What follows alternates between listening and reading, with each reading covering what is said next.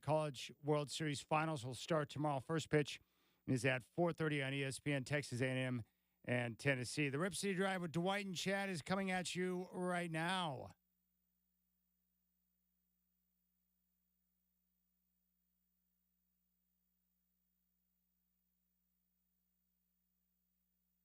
The Rip City Drive with Dwight and Chad, presented by Lazy Boy. What is your strategy for comfort? Now the pitch, a swing, and there's a high fly ball. That's deep to right field, and that's long gone.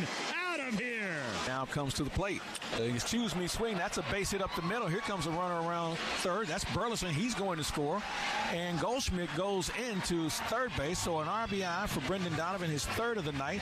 That gives the Cardinals another run. It was a cool atmosphere. We've done several of these, like I said earlier, with Mexico, London, Williamsport. This one was cool because you're tapping into the history of our game in a different way. I mean, it's a privilege for sure. It's not a secret to everybody that Willie was one of the greats. 4 years for someone who hasn't been a head coach yet, or certainly even an assistant coach in the league, that's about on course of what you would see. It's a negotiation. And so certainly, if you're the Lakers, you make a longer offer potentially to a Dan Hurley, who also is entrenched in a significant coaching job and someone you're trying to lure out of that. Strap in. The Rip City Drive with Dwight and Chad starts now.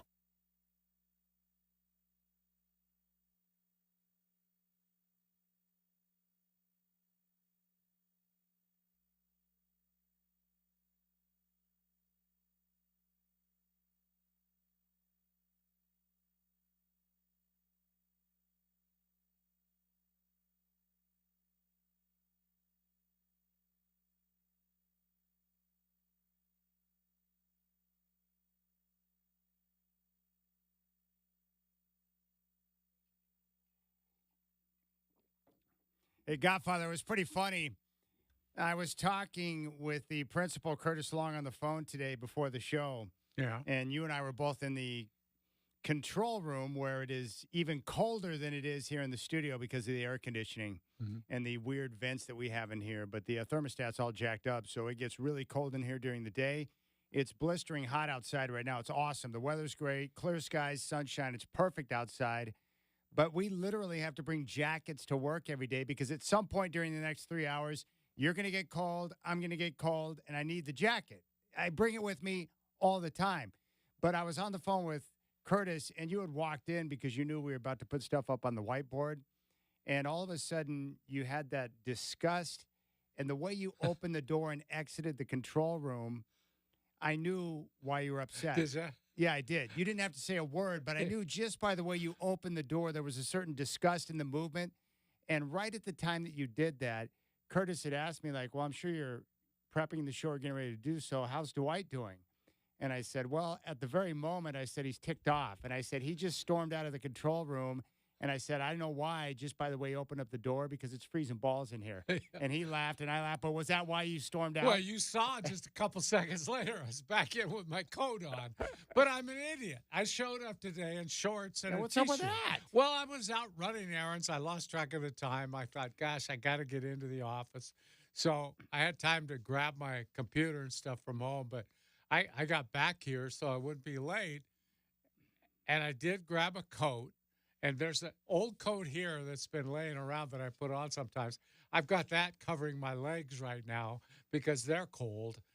It's a mess. I don't know. There's an OSHA violation here somewhere lurking around. It is so bad. And we got a couple of suggestions from listeners yesterday on these covers that you can put on the vents that I was unaware of.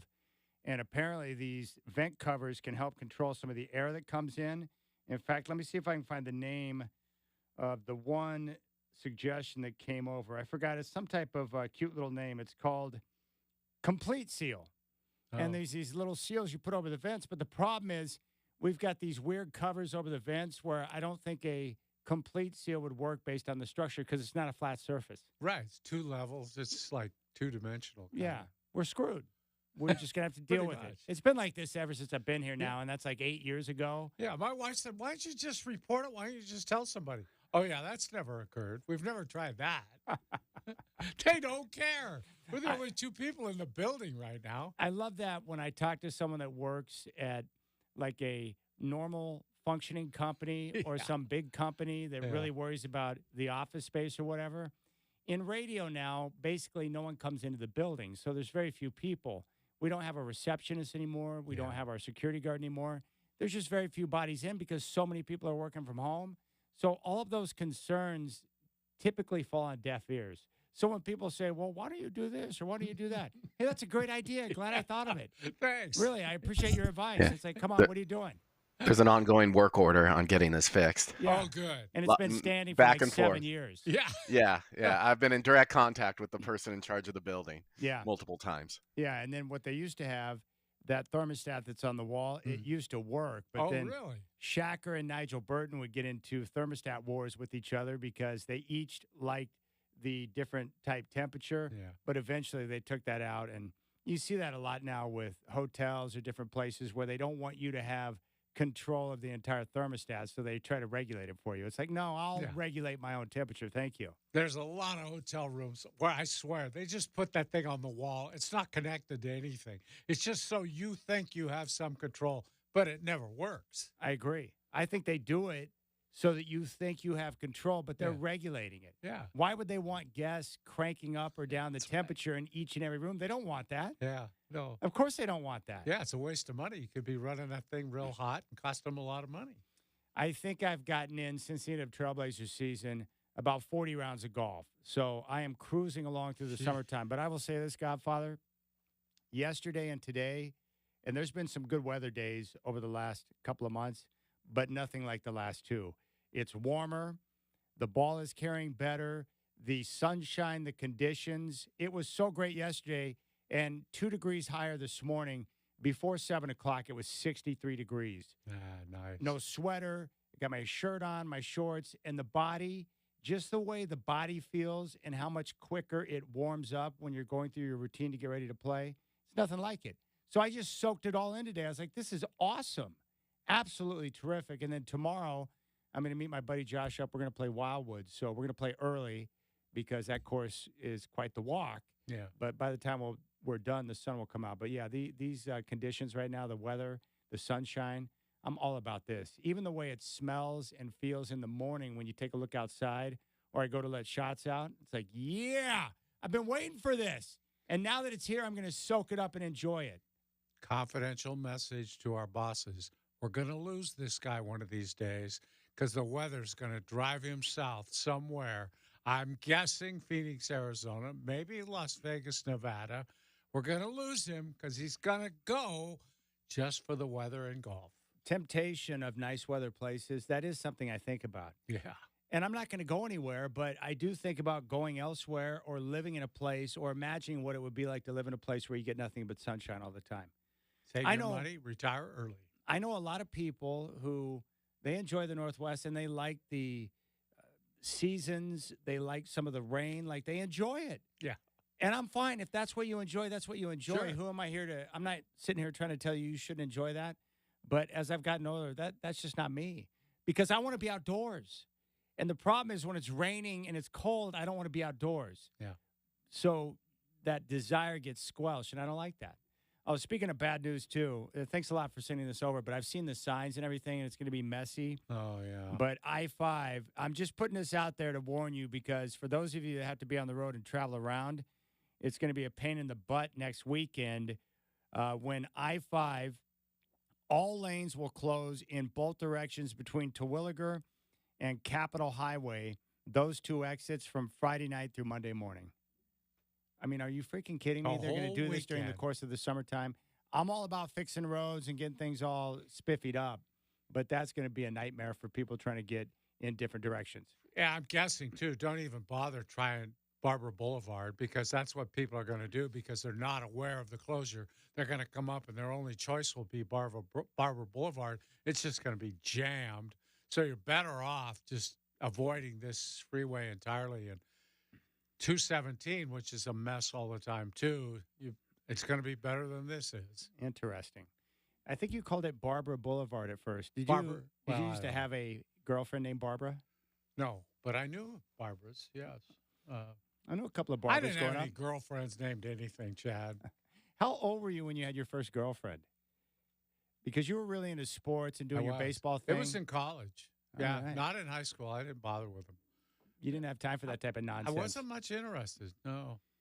I had a couple chasing me, but no, I didn't let them get me. Were you doing any chasing back then or not until college? Not until college. Then I kind of figured it out.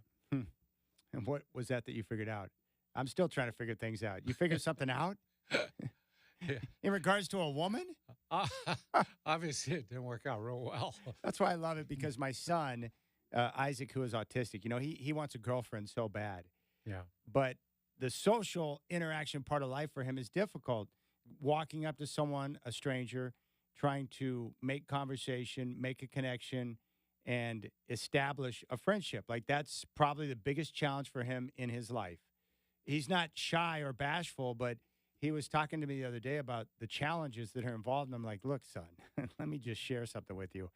You're not immune. You're not the only one that deals with this. I said, myself, Steve, Dwight, every guy you've ever met has the same issue that you're experiencing right now, trying to figure out the words and the way in which you go about trying to connect with the opposite sex. Good luck with that. Same thing. Everyone deals with that, Godfather. Well, and, I look back to my high school days. I had girls who were friends, and that was good enough at the time for me. In fact, that was good. I liked having girls I could talk to and share things with and all, but I didn't date. See, I wouldn't say that. The thing I'm trying to work with on my son right now is that he loves his hair being long. So he's got like legitimate Jesus hair right now. He does, yes. Long hair. I think it's hideous, but that's just me. I'm a dad. It doesn't matter what I think. That's harsh, but go ahead. Yeah, it's long and it's unkept. Like, it's free flowing.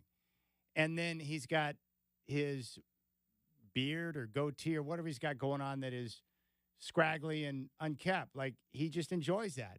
And so I'm trying to explain to him, like, look, this is not right. But I said, in life, people judge people based off of appearance. Yeah. When you see someone for the first time, you do an immediate snap judgment based on how they look. And so I said, you need to keep that in mind when you're approaching strangers, that if you look a certain way, you may not have a chance to connect with them because they're going to immediately think something. That's just how it goes. We do that all the time.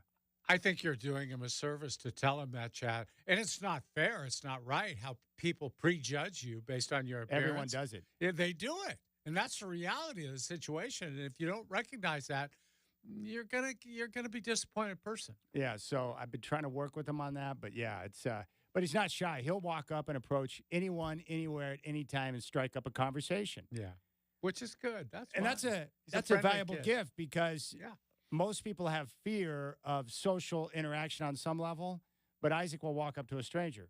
You and I might be like, no, I think I'll just stay over here and sip my coffee. I'm not going to stroll across the store. You're not afraid of it. You just don't want to.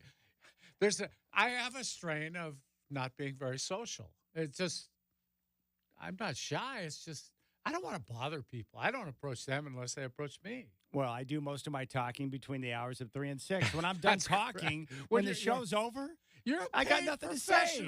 You're a paid. If they want to hear you talk, put the money out here, right? All right, we're ready to roll. Dwight's got his jacket on. It's 85 degrees outside. It's sunny. It's nice. We got a lot of things we're going to get to, including J.J. Redick. And I'll ask Dwight about the pathway to becoming a head coach in the NBA. Do you prefer the old school method of riding the pine, going through different leagues, being an assistant? Or what about looking for the new age guy who played or was a broadcaster but did not spend all that time on the pine working as an assistant? And the Lakers roster issues, can that be overcome by a coach? You got the Rip City Drive.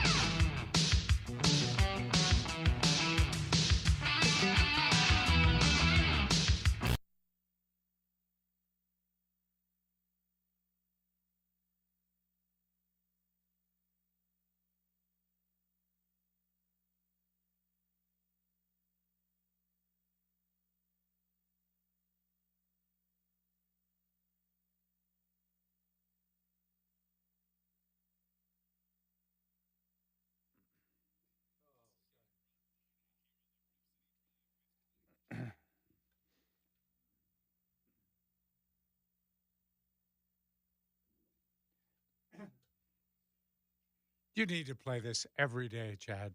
I love it when Jimmy Fallon is doing skits involving Michael McDonald. It's terrific. All right, we're going to get to J.J. Redick in just a moment. But according to Carmelo Anthony, take a listen to this. I don't think Kobe Bryant would have been a big fan of the Lakers hire of J.J. Redick. Here's Carmelo Anthony talking about Kobe and his distaste for J.J.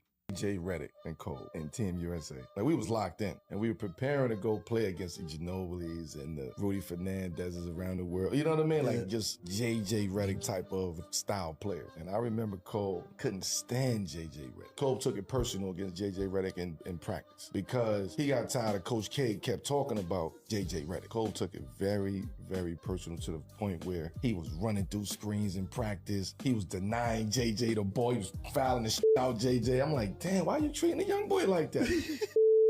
What's the problem? Coach K keep talking about I'm like, he come up here to do something. I'm going to show you today. There you go, Kobe Bryant getting after J.J. Redick. He comes from Duke. Coach K has recently said that one of the smartest basketball players I've ever had and a terrific competitor, one of the best competitors we ever had. How much do you think it helps Redick having come out of that program at Duke and getting a chance to play under Coach K, who's one of the best coaches of all time? Is that helpful? Will he be able to take some of the things that he learned through observing and being around Coach K? Obviously, that's a guy he can call if he's got questions or anything like that. You know, Coach K would be happy to assist, but how much does that help coming out of that program? Oh, I think it helps a lot. He was a great coach. There's no question about that. Probably coached a little harder than JJ's going to be able to coach with the Lakers. But I would say this, he'll face a little bit of discrimination, I would say, because he was from Duke. There's a whole bunch of people in basketball that don't like the Dukies. They just don't. And that's the way it is. The arrogance that so many of their players have displayed over the years. There have been a lot of players come out of there and be disappointing in the pros, haven't been as good as people thought they would be. So he'll face some of that.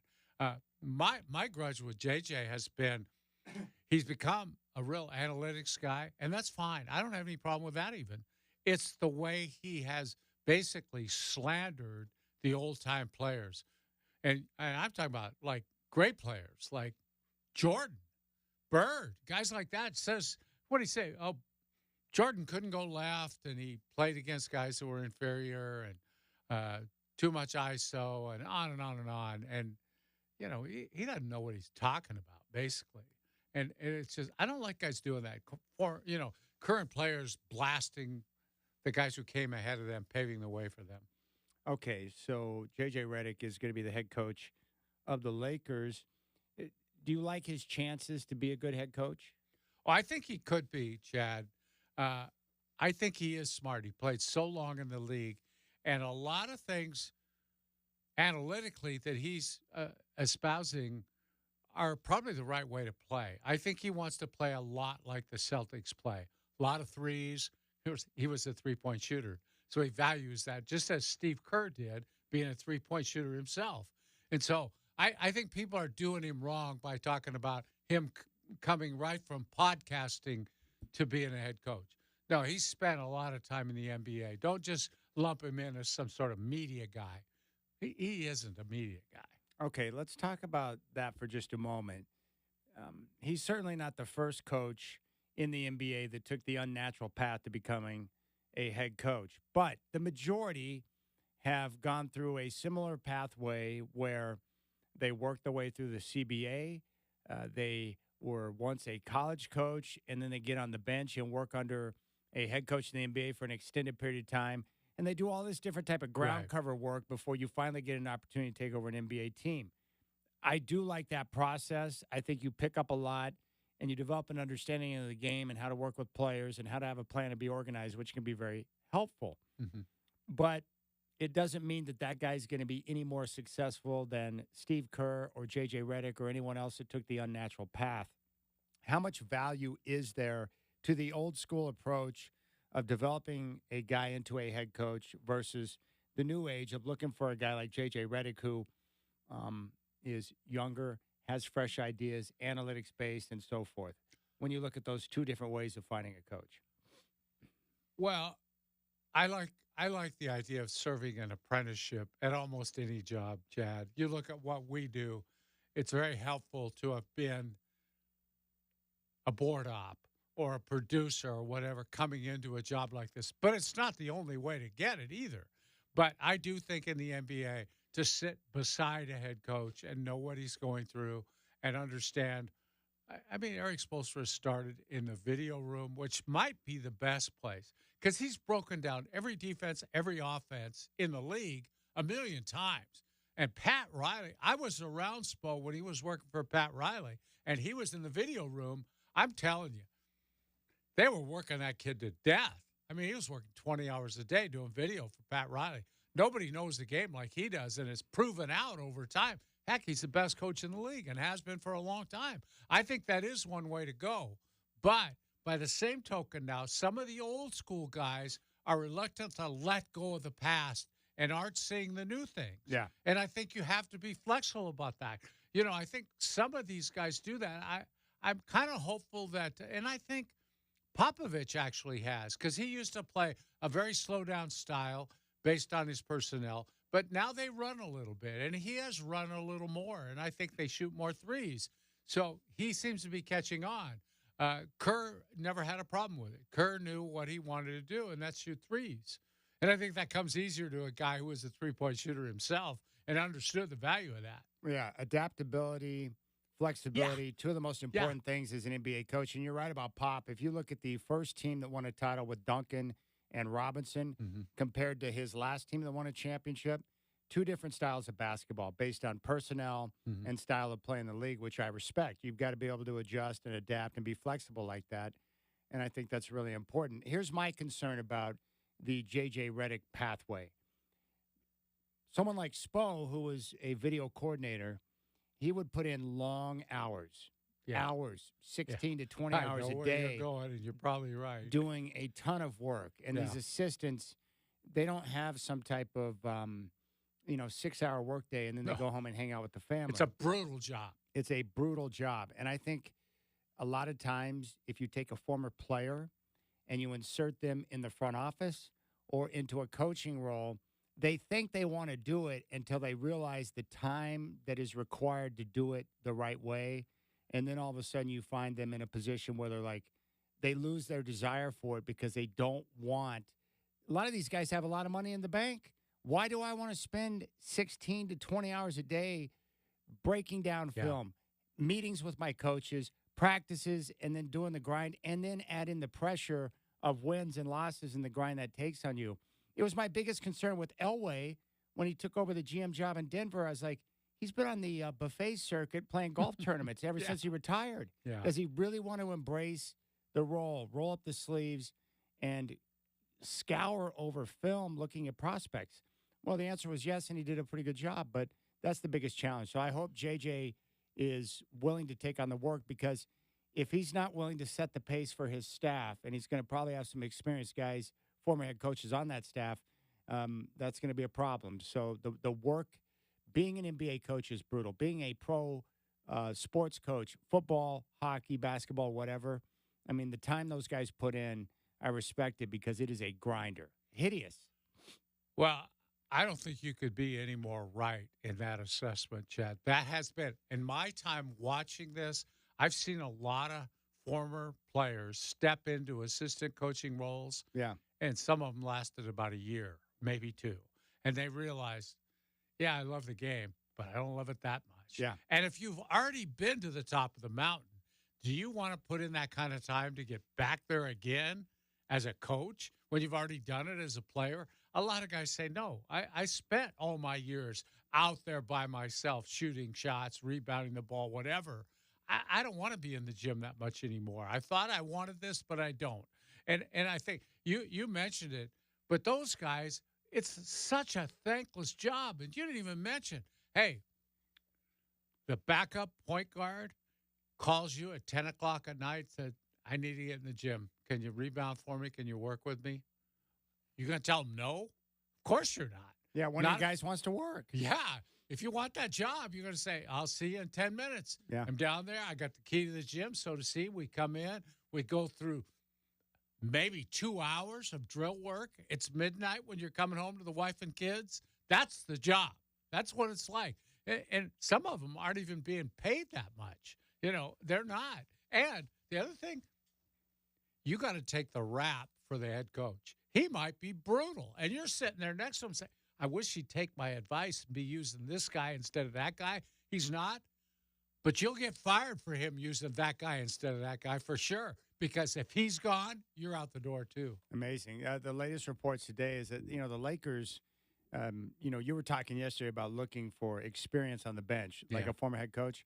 Well, it looks like they're not looking for just one, but they are going to be in search of 2 former head coaches. Like, they want to make sure that Reddick has got the best possible staff with experience that he can have in order to put him in a position to have success. I wonder if he's going to have any say in who those guys are. Probably not. No. And I wouldn't let him have say, because you know what happens. If a new head coach, who does he normally pick for his bench if he has free reign? Your buddies. His buddy. Yeah. And that's not a good idea. You need guys who are not going to be your buddy, who are not going to be your yes man. You need someone to tell you the truth to make sure that you can continue to develop and learn the league. It's just the way it is. Now, if you bring in a guy like Spoelstra or some experienced head coach, then he gets to pick his staff. But for a young guy, you should probably help them and be insistent that, look, it's got to be this way. Same thing with the podcast. You can't do the podcast anymore with LeBron. Right. Oh, it can't happen. No. It would be fascinating to listen to that podcast, but we don't want you doing it because we need you focused on being the head coach of the Lakers. That's a perfectly acceptable and reasonable request, and that's why I think the podcast will end. Why? And not only that, but your podcast partner can't be a guy you're trying to coach right now. You can't have that close a relationship. No. You kind of have to separate yourself from him a little more than that. There's no question about it, especially when you're talking about the lesser players on the roster, not named LeBron. Yeah. The other thing I've noticed, too, a lot of people don't like the hire. Bill Plaschke, very critical of the Lakers. Right. I think he's critical of them for a lot of reasons right now, especially with their treatment of Jerry West and the fallout between the franchise and West. Mm-hmm. And I've seen it, a lot of people question the move. For me, Dwight, I don't have an issue with the hire of J.J. Redick. He might be a great coach. He may not. I don't know. But I do think he's got some of the qualities that would lead me to believe that he's going to have a chance to have success. And he is very sharp. There's no question about it. My biggest problem is Rob Pelinka and the roster that they have put together, because the issue with the Lakers right now is they don't have the proper roster to compete for a championship in the Western Conference right now. Yeah. They have LeBron and AD, who are all NBA players, and then you've got just pieces that don't properly fit around the guys that they have on the roster. And to me, that's a big issue. They don't have the three-point shooting. They don't have the players that you can rely upon if AD or LeBron take a night off. And so that's my big concern, is that you bring in JJ, the expectations in LA are always off the charts because it's the Lakers. But unless there's a major change with the roster, I don't see what coaching is going to do to elevate them. When you and I went through the teams, we came up with 7 to 10 teams that are likely in the West next year that will be better right out of the gate than the Lakers. Yes. And that's just the reality of the conference and its depth and how good it is. So unless they're able to pull the rabbit out of the hat and somehow magically reconstruct the roster, that's going to continue to be an issue. Now, the other thing that's a problem is that last year, Anthony Davis played great. 76 games. He was healthy. Yeah. LeBron played 71 games. At this stage in their careers and the injury history of Anthony Davis, I would tend to believe that you're not going to get 71 and 76 games next year out of LeBron and AD. Now, the other rumor, and this has been circulating for a bit, that they might have interest in trying to go out and make a deal for Trae Young. My guess is the Hawks are going to give up Trae Young before they give up Dejounte Murray. Yeah. At least that's what I would do, because I think Murray's a better player. Yeah.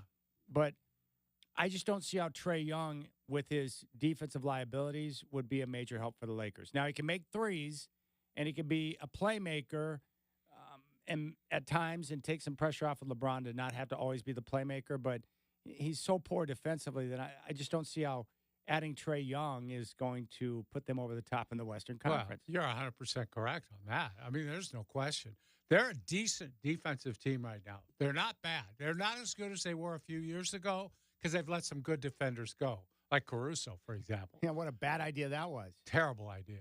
Bad front office. Anyway, Trae Young is very likely the worst defensive point guard in basketball. I mean, he's terrible. He makes Damian Lillard look like Marcus Smart. I mean, he's brutal. And it is really hard to win with a guy like that playing the point. He's going to score, but he's probably going to give up as many points as he gets. And I think it's lunacy to go after a guy like that who's going to be he's on a big contract. You got enough big contracts now. Find somebody a little cheaper who's just a playmaker. You need a guy who can be a playmaker, make an occasional three, but you don't want a guy who's going to shoot so many threes he's taking shots away from LeBron and AD, which is what Trae Young would do, because I think basically he's a pretty selfish player. He is. I don't like Trae Young at all. I didn't like him when he came in from college, and I know everybody liked him that first year or two. He was hot stuff. But no, I would not do that deal in a million years. There's got to be somebody better out there than that. I almost feel like with Pelinka, the firing of Darvin Ham was more about him trying to preserve his job than it is him getting rid of Ham to hire J.J. Redick because somehow Redick's the magical answer here. Well, what you're saying, Chad, is you think the roster is good enough to have won more games than they did under Darvin Ham. That's what you're saying. So, no, especially if you can't make any deals in the offseason. No, what I'm saying is that I think that it's going to be the same result with J.J. Redick as coach. Well, I know, but I'm saying that's what Rob Pelinka is. Oh. He's trying to say to people, if we had the right coach, I put together a better team than that. We should have won more than 47 games. This guy is a joke. We should have won many more games than that. I'm going to bring in another coach who's going to win more games with the same group of people. Now, that's possible. Coaching does matter. It could happen. But it's probably not the most likely thing in the world without some roster changes. Yeah. I mean, they're likely going to be a play-in team again next year in the Western Conference based on the competition. All right, we'll keep things rolling. We do have more on that situation. Hope you're enjoying the sunshine on this beautiful Friday here. Dwight and Chad with you. It's the Rib City Drive.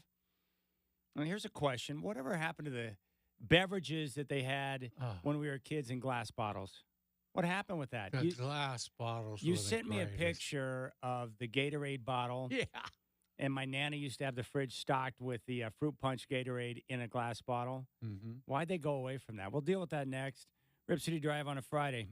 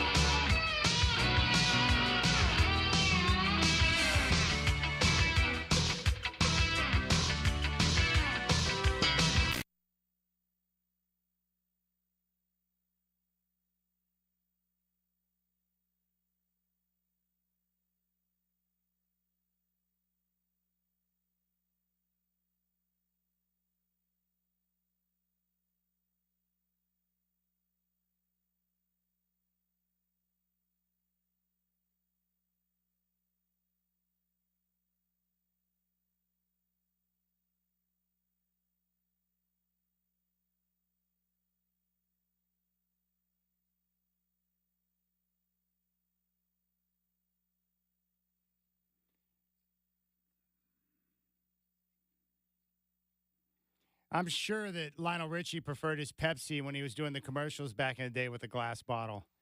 You and I need to start a crusade to bring back the glass bottle once and for all. Well, the environmentalists would be on our side, too. They don't like the plastic. You know, that's the problem. Well, the issue with the glass, from what I can tell, and I got people hitting me up right now, too, is that it's pretty obvious that glass is heavier. So obviously when it comes to shipping, it's going to cost more to get the product out. That's a problem. Also, not so much now because they've come up with different ways to create the glass to where it's stronger and more durable, but it was easily breakable back in the day. And then also with different types of beverages, or it could be milk. With the clear glass, the rays that come in, the light, it can break down some of the nutrients. But what they're doing now is they're creating different type of color glass bottles for milk or different beverages to help in that category. And I saw the number, but it says Americans recycle at about 35%. The other advantage with glass is, you can reuse it, and I think that's the way it used to be. I can't remember, maybe my Nana or my aunt used to have milk. Hard to remember these days, but used to have milk delivered to the house. Oh, yeah. In a glass bottle. Oh, growing up as a kid, yeah, the milkman came. Alpenrose Dairy. You had a milk box on the porch, and they came and dropped your milk in. That's genius. They drop it off, and then when you were done with the glass bottle, put it back in the box. Put it back in the box, and they take it and recycle it that way. Well, for years, too, there was a place called Senn's Dairy here in town, SENN, and you could just drive through and do the same thing. And they had big glass bottles of milk. It was the best milk ever. If you could keep your milk in a glass bottle, it tasted so much better. Every beverage that I've ever had, whether it's Gatorade, and the Gatorade glass bottles were money. Wide mouth. Dude, there were so many reasons why I wanted to be at Nana's house when I was younger, and they were all great reasons. One, whatever I wanted for dinner, she was going to fix me, so I didn't have to worry about my mom making pot roast or some hideous dinner that I didn't want to consume back then. Yeah. Breakfast in the morning consisted of her hotcakes, but when I opened up the fridge or the cupboard, it was stockpiled with all of the different snacks and things that I needed while I was hanging out watching the boob tube. It was great. And one of those things was the Gatorade in the glass bottle. And the way it felt, because it got really cold and the beverage always tasted better. Yeah. And that stands true today. Anything I drink that comes out of a glass bottle tastes better than an aluminum can or a plastic bottle. I don't know why that is. I just know that that's the case. And you feel the same way. Absolutely. And you've got the freaking pop machine in your crib that used to supply the glass bottles. I did. I don't have it anymore. You got rid of it? Oh, I got rid of it years Why'd you ago. do that? I didn't even have it in this house. Oh, that was longer because it broke. It was. I went in one day and it had broken, and there was oil spill on the floor. That's a problem. Which I had trouble getting that up. Yeah, that was a problem. But you could keep the Coke machine lower temperature than they would anywhere else. Yeah. So I would have it low enough that I would get those little ice particles in it when I opened it up. Yeah. Oh, which is spectacular. that was the best. They had a bottle dispensing pop machine at the baseball diamond where we played T-ball and baseball when I was younger in Oklahoma. And during the summertime, with those stupid nylon pants we were wearing, it was hotter than Hades out there. And so you would go over to the pop machine, put in your coins, and slide out a bottle of soda. And they had the little bottle opener right there. So you just pop the top off. It open. And then, boom, right there, you're enjoying liquid greatness right there. Yeah. Refreshing beverage. But what I'm reading here out of this particular piece in regards to the glass bottles, it says here, we should absolutely bring back glass bottles. Next time you're picking up a bottle of milk or other product packaged in plastic or paperboard, consider what opportunities there could be out there for refillable and reusable packaging that is durable, elegant, and environmentally benign. There you go. That didn't even touch on how much better it tastes. Yeah. Because it stays so much colder in glass. Do they make it easy out in Canby to recycle? Do you have like your own recycle bin? You drop the recyclables in one, you got the garbage in the other? Same thing. Yeah. I just got to pull it out to the curb, on your garbage and you got to put it out on the curb on garbage night. Yeah, the whole deal. See, when I grew up, and even as an adult living in Portland, you didn't have to do that. The garbage man came and he got the can and they dumped it and they brought the can back. But now you got to take it right out because they don't even get out of the truck. They just have those levers that come out of the truck, grab it, dump it in the truck. Good for them. That's saving a lot of work. That takes a lot of fun out of being a garbage man. The reason why I wanted to be a garbage man when I was younger is because I get to ride on the back of a truck. Did I tell you I did it one day in my life? No, you did? I was a garbage man one day. Shut up. How awesome was it? One day was enough. My back hurt so bad. It was in the summer. A friend of mine. Why did you do it? A friend of mine was a garbage guy, and that was his part-time job. And he said, "Hey, you want to come aboard? My other guy's sick today." And there were 2 guys on the truck. And honestly, I thought, yeah, it sounds good. And I got paid pretty well for doing it. Man, that was work. A lot of work. Oh, gosh. I mean, and if you did it every day, I'm sure you'd get into better shape for it. And at this time, I was selling real estate at the time, so I wasn't necessarily in shape to be a garbage man. But I remember how good the Diet Coke tasted after that day on the job. Yeah, it probably tasted amazing. Oh, gosh. It was so hard. Dude, I remember those old school garbage trucks. Yeah, like any kid, I thought, wait a second, they get paid to ride on the back of a truck? They rode on the side of the truck. Yeah. It was awesome. Yeah. I always thought that was great.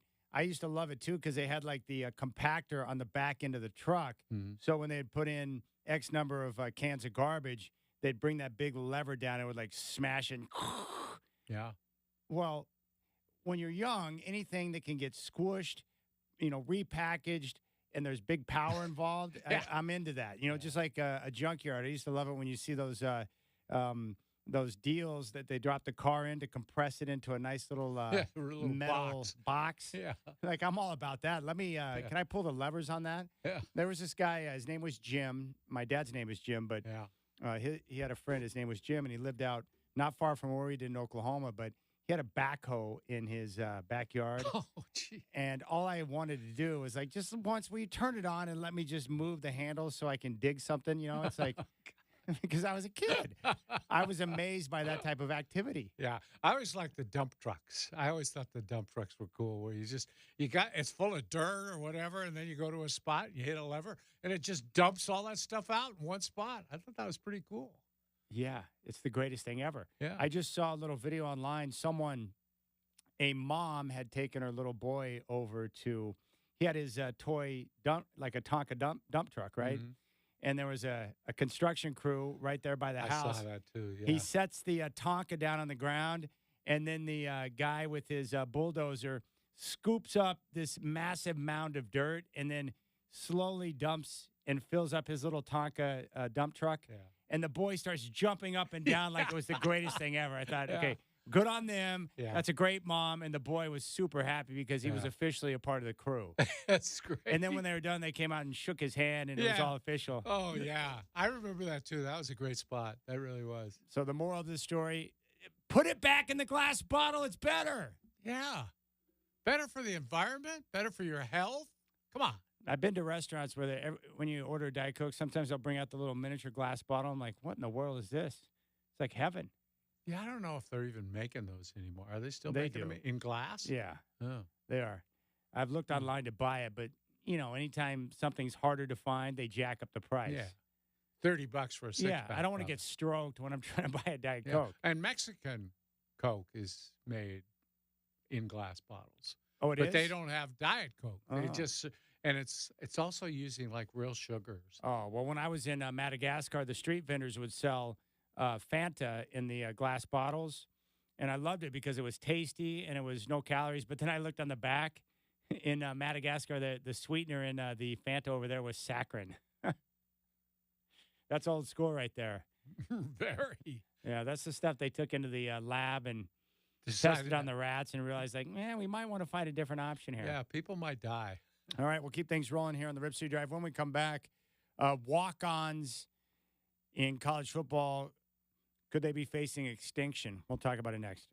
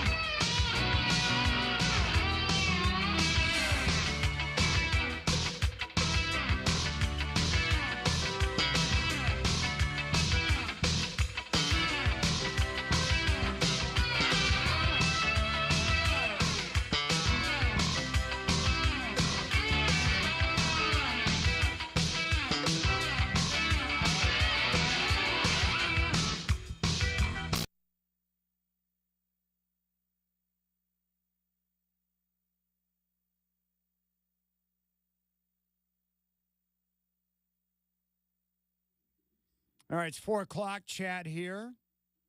Hope you're enjoying your Friday. Stanley Cup Finals continue tonight in a great series. Florida at Edmonton Oilers trying to force a decisive Game 7.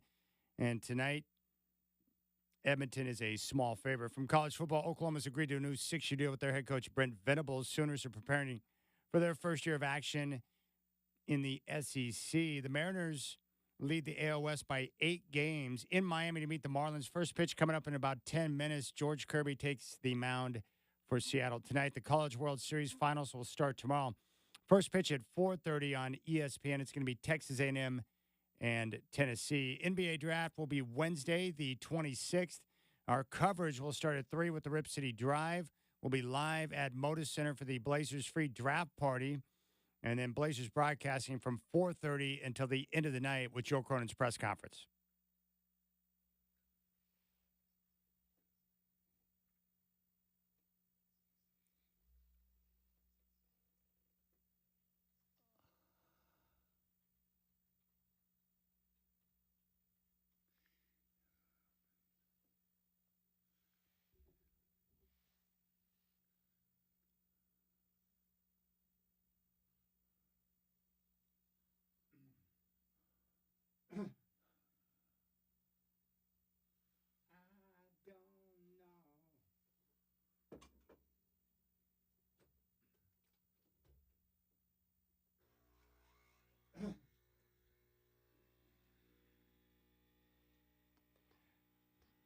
I'm very thankful that I took the time with Steve last year to see Kenny Loggins on his final tour before he decides to ride off into the sunset and spend more time with his grandkids. And that's really what it is. He wants to spend more time with family. Yeah, he's one of the greats, one of the absolute greats. By the way, this is a good Yacht Rock Friday so far. Yeah, appreciate that, Michael Shacker. Thank you. And the weather would speak that of a Yacht Rock Friday, man. It's spectacular outside. Yeah. How nice was it out there in Canby this morning, overlooking Willamette Valley Country Club? Beautiful.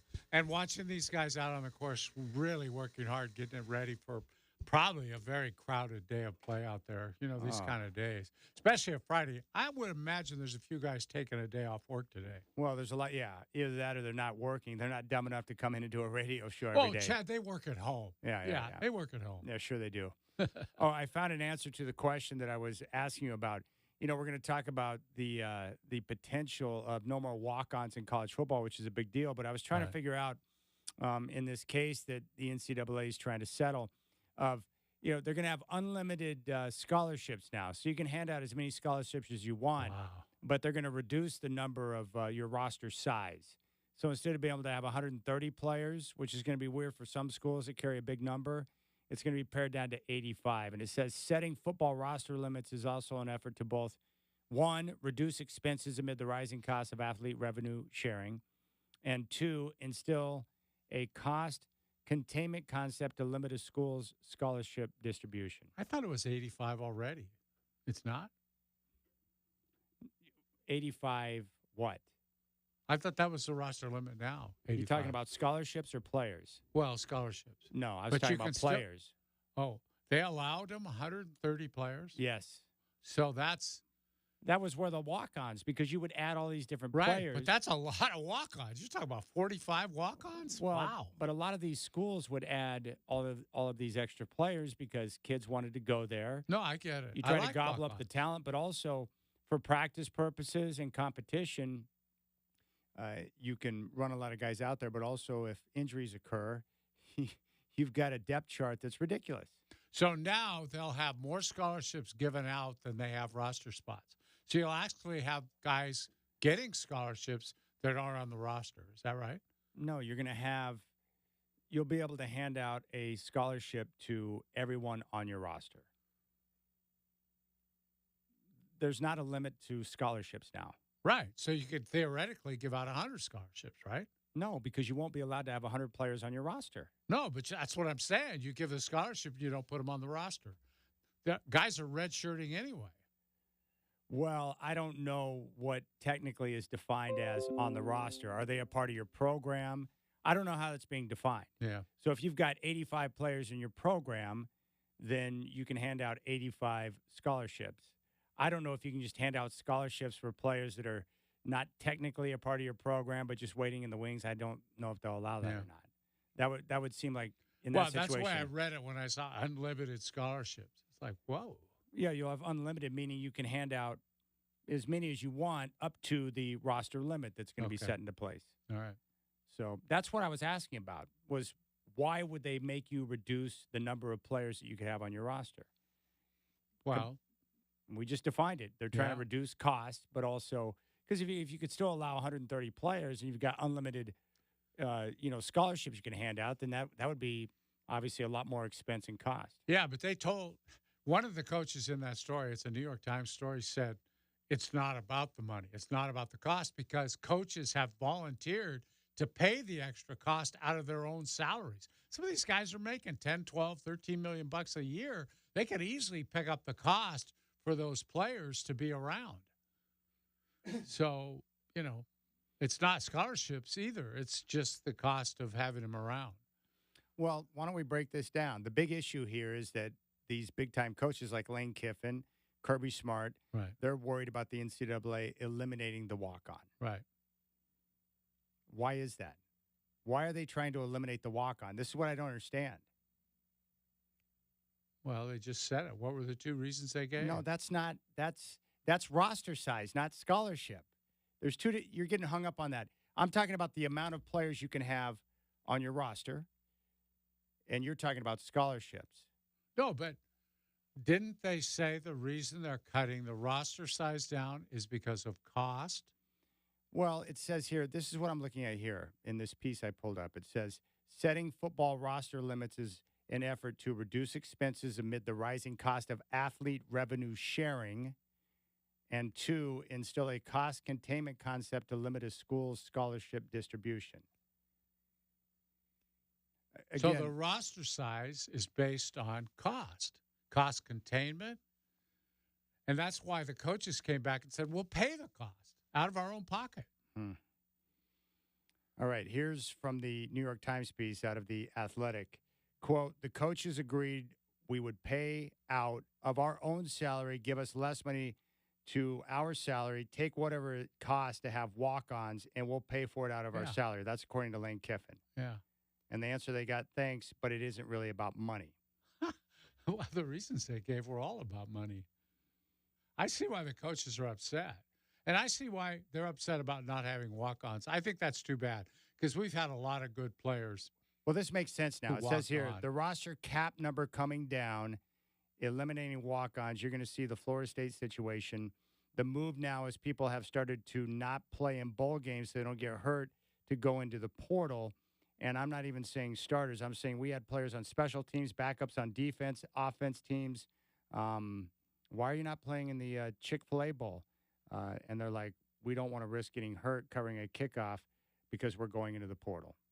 So, I mean, there's a lot of issues going on here. But what were the real advantages for walk-ons in the past? Well, it's an opportunity for a kid who didn't really get much of a look coming out of high school to earn his way onto a team. And a lot of kids have done that. So many kids played without a scholarship, walked on and earned a ride and became valuable members of their team. Shoot, the kid who was quarterback for the last 2 Georgia national championship teams was a walk-on. All right, here from the piece, it also says cost saving has been the stated reason for cutting football rosters. The higher the roster limit, the more programs are likely to fill it with scholarship players.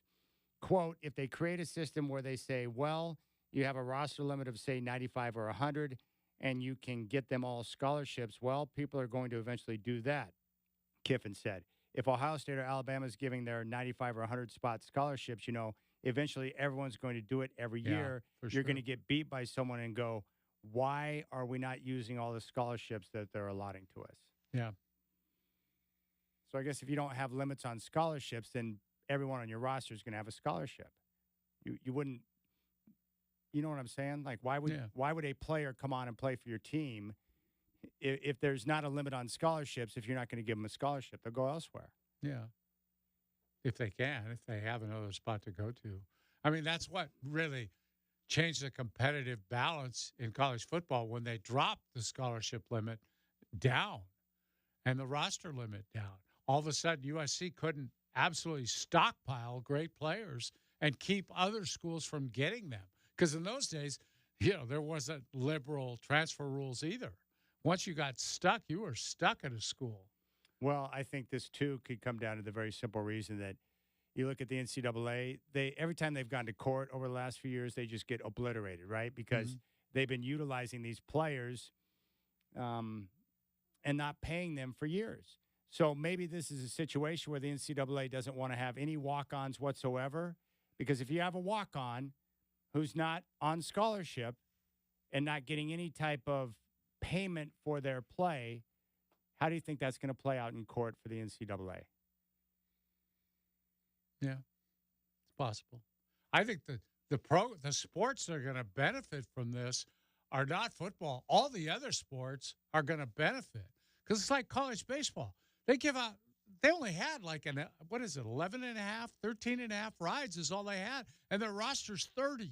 So they're splitting scholarships like crazy and then asking some guys to come play for them without a scholarship with a promise as soon as we can free up some more scholarships, we'll give you half of one or a quarter of one or whatever. Now they can give out as many as they can afford, which for some schools will be a problem too. It's like the pressure now will be on Oregon State to come up with 30 baseball scholarships if they want to compete with the LSUs, the Alabamas, the Arkansas, Mississippi States, all those schools that are dominating college baseball right now. That's going to be hard. That's a lot of money to come up with. Well, Kiffin's been very outspoken about this. To make your point even further, Kiffin says they can use different terms around it, but they're getting rid of walk-ons. It's a major concern. There's all kinds of walk-ons that have become great players and gone on to win championships and are playing in the NFL. And just the locker room culture of having walk-ons. They become friends with the star scholarship players, and they're each other's weddings down the road. And so many of those guys actually have become coaches. That's part of the fabric of college football is the walk-ons and their stories and their family tradition and going to the same school, and you would be removing that. One of the best stories you see every fall is when coaches have the big team meeting and old Johnny here gets a scholarship in front of the whole team, and everybody goes crazy because they love Johnny, and he's worked hard for it. We saw it with UW last year with their kicker. Yeah. He was brought up in front of the entire team and was awarded a scholarship, and his family was there, and they made a big deal out of it. Mm-hmm. It's really cool. This is just part of the ongoing changes, the entire landscape of what we're seeing with college sports right now. It's all going to change. Yeah. It's all changing. And I think in the end, it's all changing probably for the better for the player. Yeah. For the athlete. As long as the money holds out. And if you're playing in this ACC or the SEC or the Big Ten.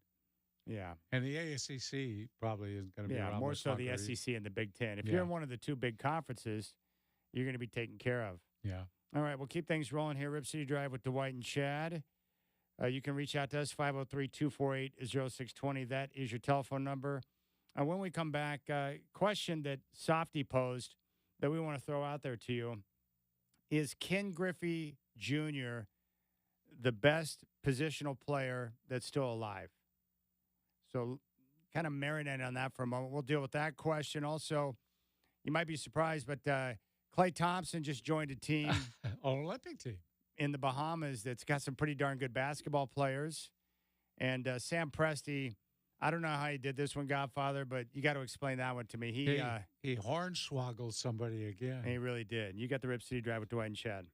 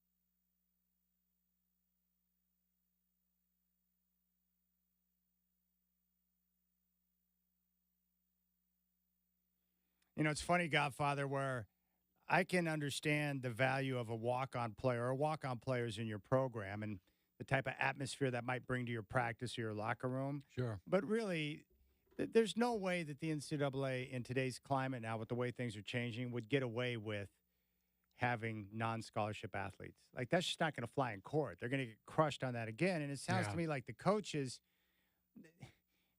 there are reasons for wanting walk-on players. It's like they can add – the walk-ons were great because they could add a large number of walk-ons, not have to give them a scholarship, where they're just kind of taking a look at a guy to see what he may be. Right. Is he good enough? Yeah. It's like a tryout camp. We really need to give a scholarship to this guy right now, but we think eventually this guy's going to be good enough to earn a scholarship. So it's kind of like, what'd you call it, hedging? I know it's kind of weird. Yeah, they're hedging their bets. They're not sure if they ought to give him a ride or not. They already have 4 offensive tackles with scholarships. Do we need one more? So they just let the guy come. If he's an in-state kid, and a lot of them aren't getting recruited anymore because of the transfer portal and the fact that guys are now getting like 6 years of college eligibility, this kid's got a chance to make the team. He lives in Oregon. He can go to Oregon and Oregon State reasonably cheap compared to some other place. He'll go down for a year and take a chance, walk on, see if he gets a look. All right. So it sounds to me like, what do you think is most likely here? That the reduced, and it's not set in stone yet, it's probably going to be around 85, the roster limit. Yeah. And it won't take in effect until about 2025. But the coaches offered to hand out money themselves to pay for, the difference, right? Yeah. But how much of it do you think is cost in reducing the roster size compared to the NCAA just not wanting to have anything to do with a walk-on because they know if it goes to court, they're going to get crushed again? I was going to say, it's cost. The cost of losing a lawsuit. Yeah. That's what it's about. Yeah, so they're cost containment. Yeah, okay. But you could just have the roster limit be the same, keep it at 130, and then have the ability to offer scholarships to, every single player that you bring in. You want to bring in 130, no problem. You just got to give everyone a scholarship. Yeah, that begins to affect competitive balance because some schools wouldn't be able to afford that. But the good schools would. Ohio State, Michigan. Yeah, you got enough Alabama, money, they could hand out a scholarship to. They could do 200 kids if they want. But so this is really what the coaches aren't worried about walk-ons. What they're worried about is having their roster limits reduced. And then all of a sudden, if you have a rash of injuries in a particular position group, then all of a sudden you don't have the depth. If you lose guys to attrition with the portal, that can leave you in a desperate spot at the end of the year. It's an insurance policy against either poor recruiting, unbalanced recruiting, or just serious injuries at one position, which could also happen. Yeah. So this is wild to watch. The NCAA is just trying to avoid getting crushed in court again. Well, you can't blame them for that. No, I understand. Learned their lesson. No, they're done. And then the coaches are just like, they don't want any changes. Players, it makes sense, right? If you're a coach, if you're a football coach in college football, of course you want to be able to have 130 players compared to 85. It's just better. Yeah. You're going to have a chance to be a much better football team. Mm-hmm. Especially some of those schools. I mean, I'm sure Georgia gets a whole lot better caliber walk-on than just about anybody else, right? Chance to play on one of their teams that's got a chance to win a national championship? Man. Or think about the talent-rich state of Georgia. Yeah. Kids who grow up Bulldog fans. You have a chance to follow your family and be a Bulldog, even if it's as a walk-on. That's a big deal to them. But it was weird, like back in the day. I remember back in the old Big 8 days, watching Nebraska roll into like Colorado, and you just see the size of their team and how many players they have. It's like, uh-oh. Yeah. All right, Rip City Drive with Dwight and Chad. Baseball question. Softy put this out there, our good friend up in Seattle at 93.3 KJR FM. And he just simply said, is Ken Griffey Jr. the greatest positional player alive? And I took one thought, and I was like, well, no. That's Barry Bonds. No brainer. That's an easy question. It's Barry Bonds. Yeah. That's how I see it.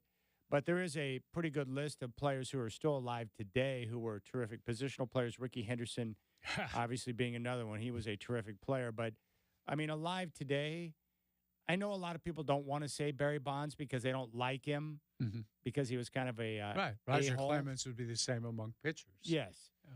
but you still can't deny the greatness. But for me, you and I talked about this. I went through the long list of baseball players I've seen in person. It didn't take you long to select Barry Bonds as the best player I've ever seen in person. I mean, he's the best, right? Would you take him over all time over Ken Griffey Jr.?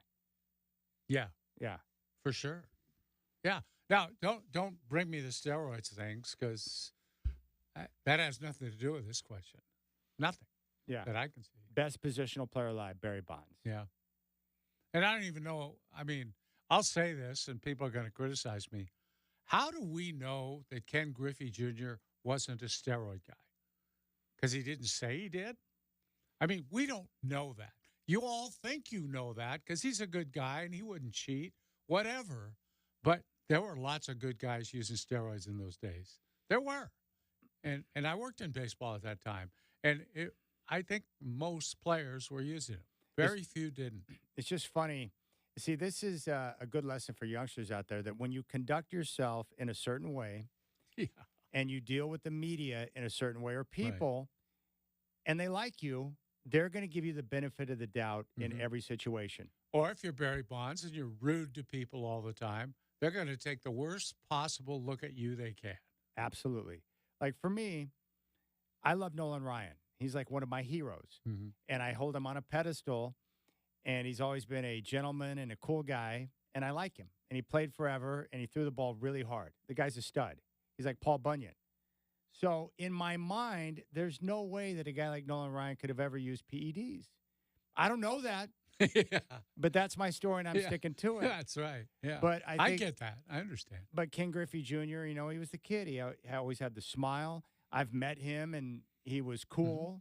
The way he handles himself, he was easy to deal with. I think his teammates liked him. He didn't have the same type of persona that Barry Bonds did. Barry Bonds was difficult. He was difficult with the media at times, as you know. Yeah. But a phenomenal baseball player. And then, of course, when the whole steroid thing hit and he was one of the big topics, people just automatically assumed guilt, whether, you know, they knew anything or not. They just said, well, yeah, Barry Bonds is an a-hole. Of course he did that.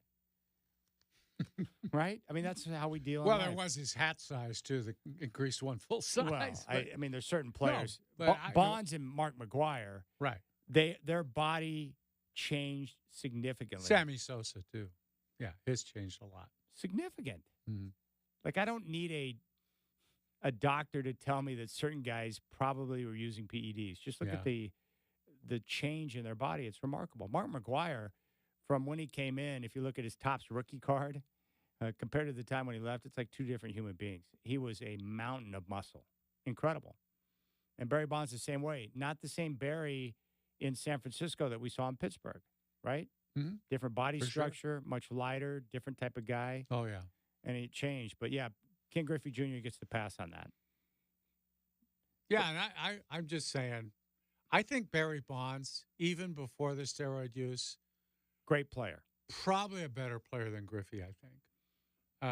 Probably. More home runs. A real good, I mean, he won Gold Gloves. Good defender.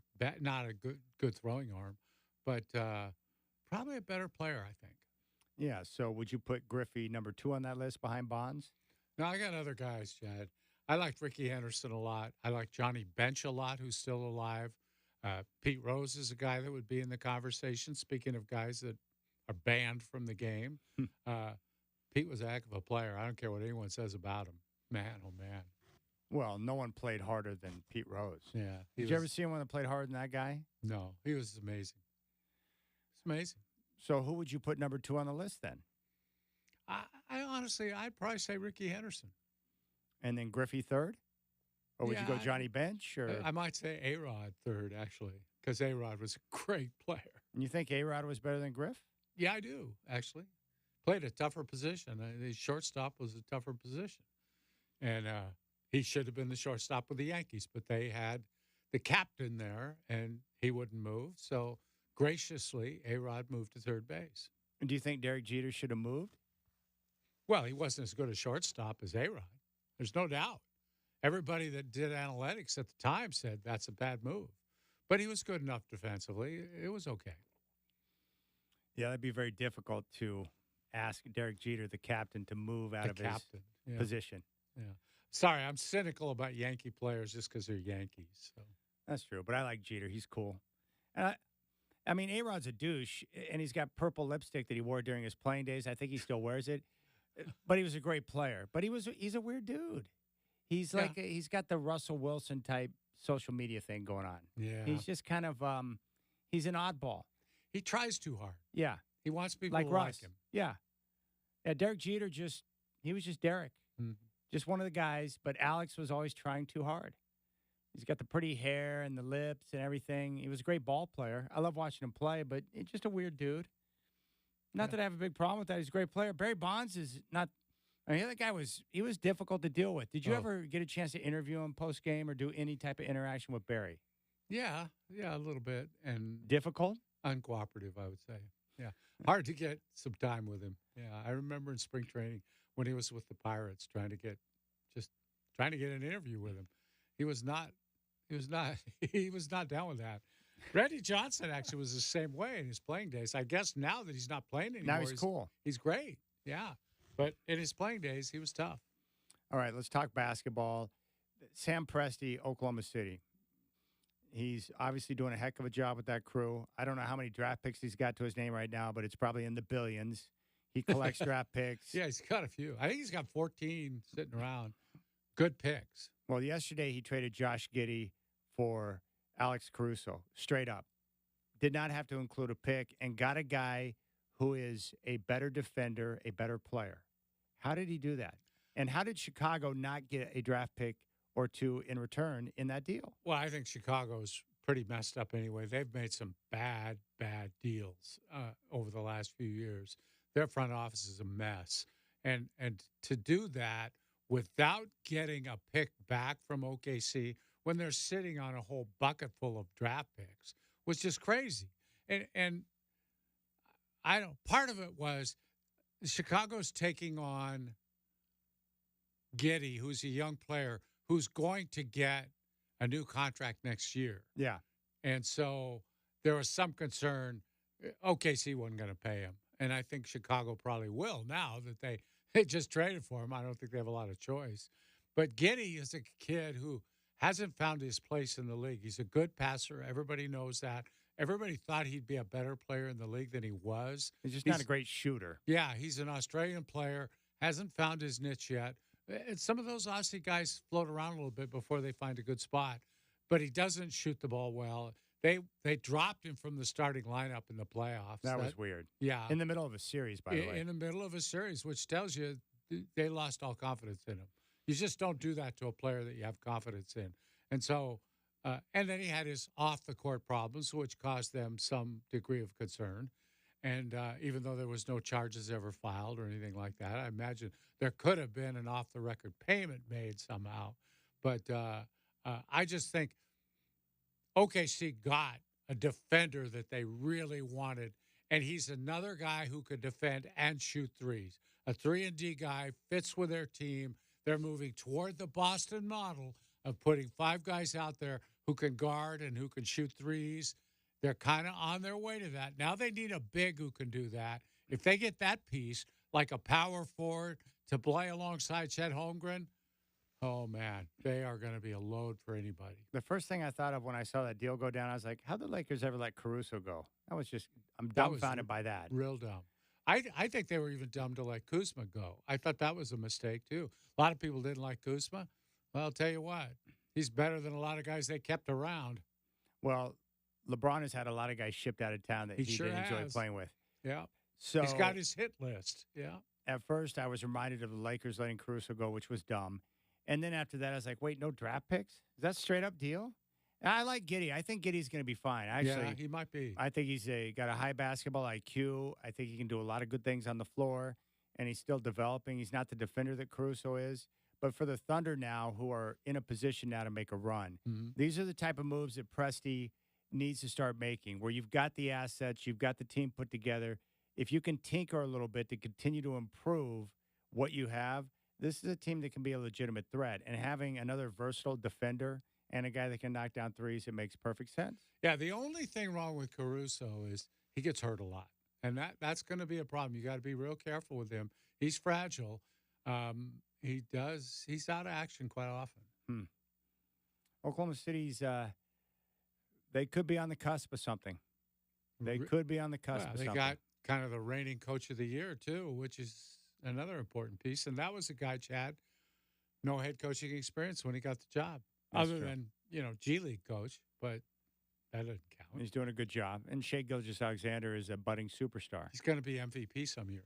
He was sensational last year. He's playing for the Canadian Olympic team, too. Well, yeah, let's talk about that. Klay Thompson's going to participate in the Olympics, and I don't know how he's able to get this done, but he's going to play for the Bahamas. And, of course, Michael Thompson, his father, known as Bahama Mikey from the Bahamas. And this is pretty cool that he's going to get to do this. But the thing that jumped out at me is that I was just unaware of how many good players have come from the Bahamas, Godfather. But DeAndre Ayton, Eric Gordon, didn't realize he was from the Bahamas. Buddy Hield, Klay Thompson, Naz Reid, Kai Jones, Evan Mobley, and Isaiah Mobley. Like, that's a pretty good squad from the Bahamas. That's a small place on the globe. That's a nice start to having a pretty competitive team, I would say. And Naz Reid is one of the, at least in my mind, surprise players throughout the course of the year because didn't know much about him, but the more I see him play, I'm like, I like his tenacity, his versatility, a big, strong guy who can defend and shoot threes. Yeah, when he was with Philadelphia, John Hollinger was going crazy that they weren't playing him enough. It's like, why aren't they playing this guy? He's really good. And I thought, I haven't seen him enough to know that. But when he showed up in Minnesota, you could tell immediately this guy's he's a good player. Well, some of these teams, so Team Canada could be pretty good. They've got a number of good players. Team Bahamas, like the Olympic competition could be pretty darn good this year. Yeah.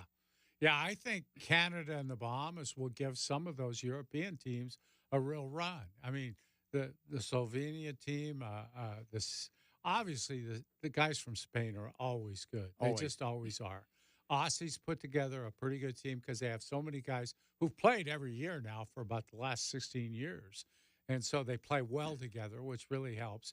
The Spanish team does too. They always play well together because they spend a lot of time in that international team environment. But Team USA should still be okay. They should.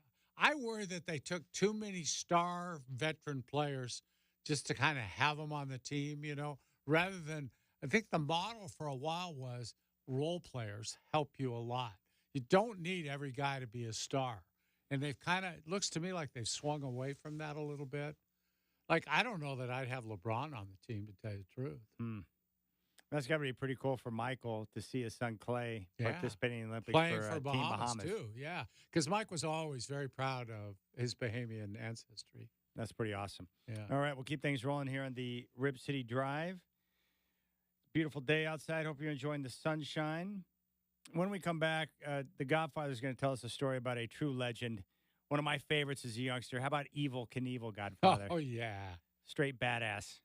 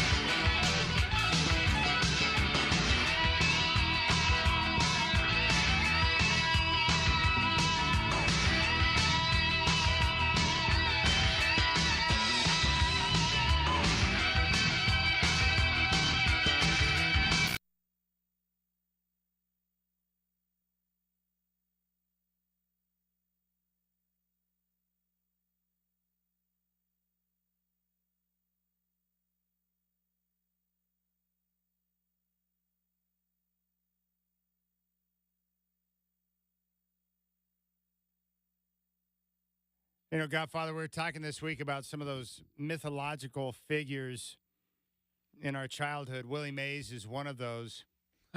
But another one of those guys that my brother and I would go out of our way to tune into Wild World of Sports to make sure that we saw him because just one of the greatest badasses of all time was Evel Knievel, a daredevil. That's how he made his living, Godfather, by doing crazy things that no one would think about doing, but he would do it fearlessly. You know, he started off jumping cars at racetracks, you know, as kind of a preliminary to a big auto race. And then he moved up. He was jumping he jumped cars in Vegas, and then he started jumping the fountains at casinos in Las Vegas. And it was always a fixture about once a year on Wide World of Sports on a Saturday afternoon. You'd see it. And, folks, he didn't always make it. That was part of the fun, really, of watching, is whether or not he would make it. There was a big mystery, and he got hurt so many times. He broke every bone in his body, I think. But he never stopped doing it. It was just incredible. So, anyway, let me get to the thing. He decided, he tried to get permission to jump the Grand Canyon. The government would never let him do that. So, he was in an airplane, and he flew over the Snake River Canyon and decided maybe he'd try that. So quietly, he bought a bunch of land on the Snake River Canyon. So if he owned the property, nobody was going to stop him from using it to jump across the canyon. And that's exactly what happened. In 71, he saw the canyon, and he didn't buy it. He leased 300 acres of land east of Twin Falls. And there are people around here who know all about Twin Falls. It's southern Idaho. They built a rocket-powered bike. He called it the Sky Cycle. And the jump was supposed to be 1,600 feet long. Now, just think about how far that is, you know? It's insanity. Really crazy stuff. Yeah. But he had a ramp, and he had this rocket-powered bike, and it was September 8th, 1974. Now, Chad, this wasn't going to be on Wide World of Sports until about a month after he did it. And I couldn't wait, just like hundreds of thousands of people across the country. I couldn't wait. They showed it in those days on closed-circuit television. Here in Portland, it was at Memorial Coliseum. Around the country, it was at theaters. It was at sports arenas. Any place they could put closed-circuit television, they put it. And I bought a ticket. I don't remember how much it was, but it was too much money to see this spectacular event. You think it was like $100 or $200? No, it wasn't that much in those days. That would have been like $1,000 now, probably. But like 30 or 40 bucks. Yeah, it was probably at least $25, which would have been. That's big money back then. Yeah, I was in college. I mean, I didn't have that, but I did it because I wanted to see it. So, anyway, September 8th, 1974, I go there and I watch, and the rocket bike took off, and almost immediately, for some reason, the parachute came up. It deployed, the parachute.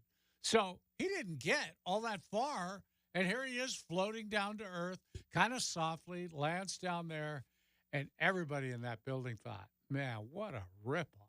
Because the thought immediately was, did he really ever intend to jump this thing? Yeah. Or was he always having his finger on that parachute, was going to just hit the parachute as soon as he got in the air?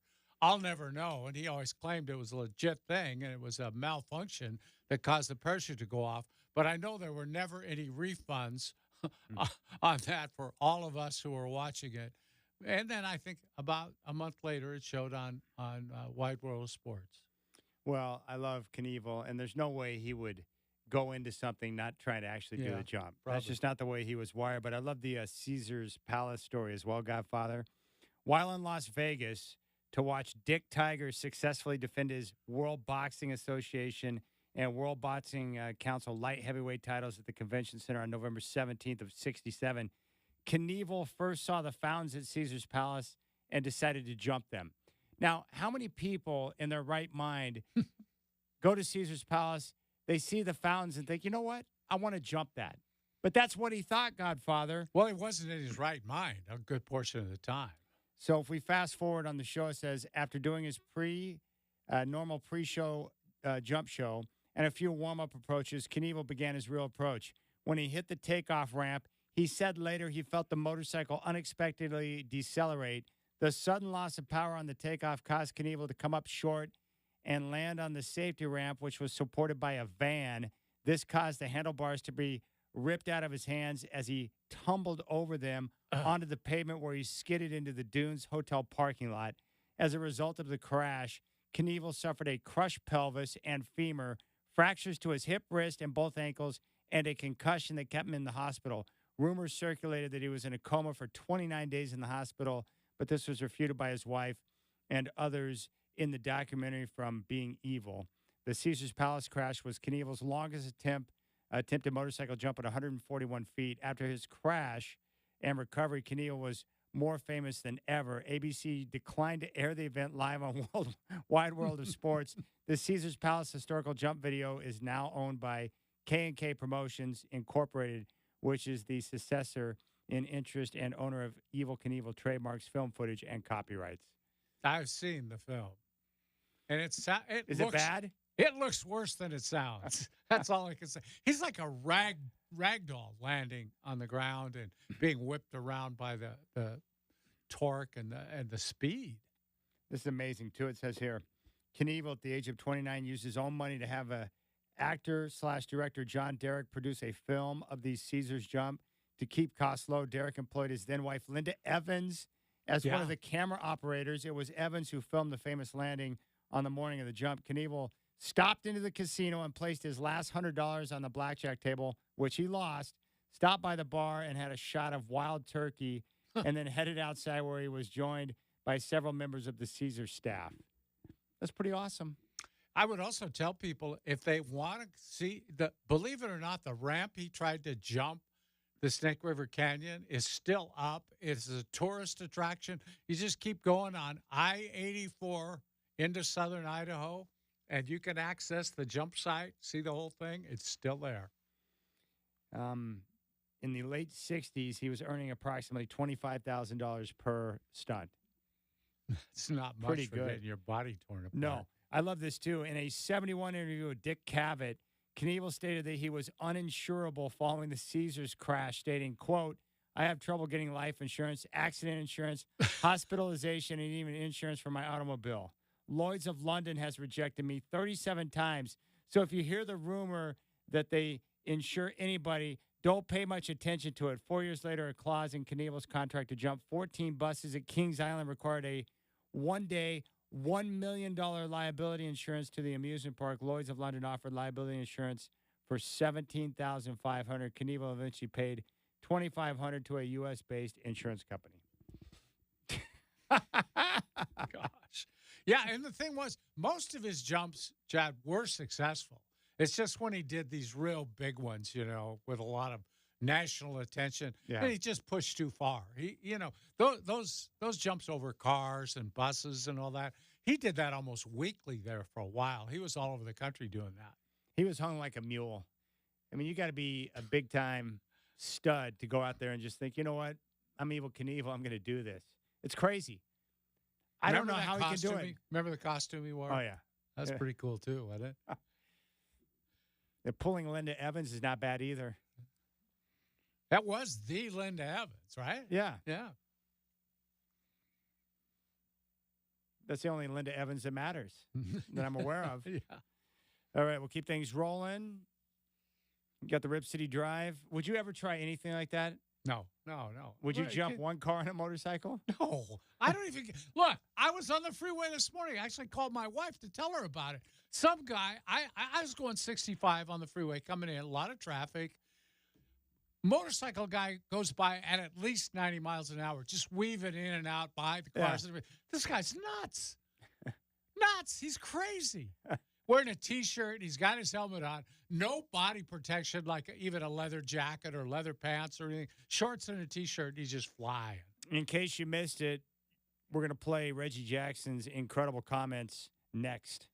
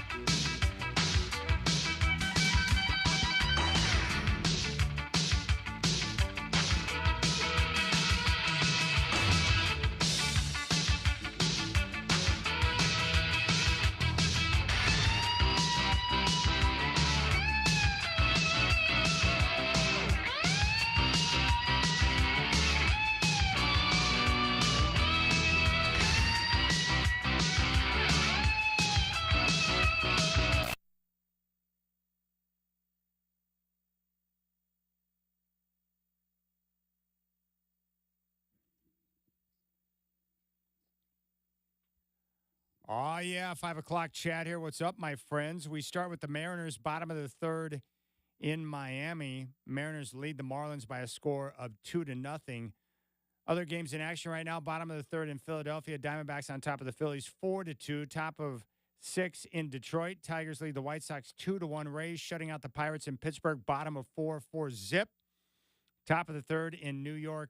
The Braves lead the Yankees by a score of 4-1. Stanley Cup Finals continue tonight. Florida at Edmonton. The puck drops here in a few minutes. The Oilers trying to force a decisive Game 7. Edmonton is a small favorite.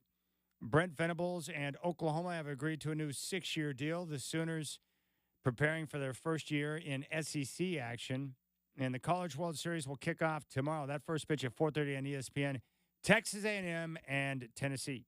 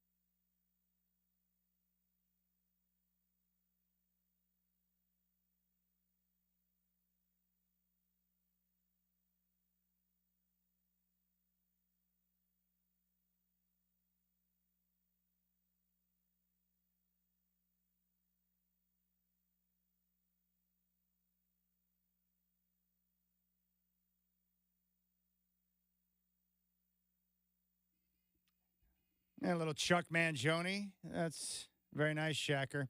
This song here, Give It All You Got, this was used by ABC during the 1980 Winter Olympics. I don't think I remembered that.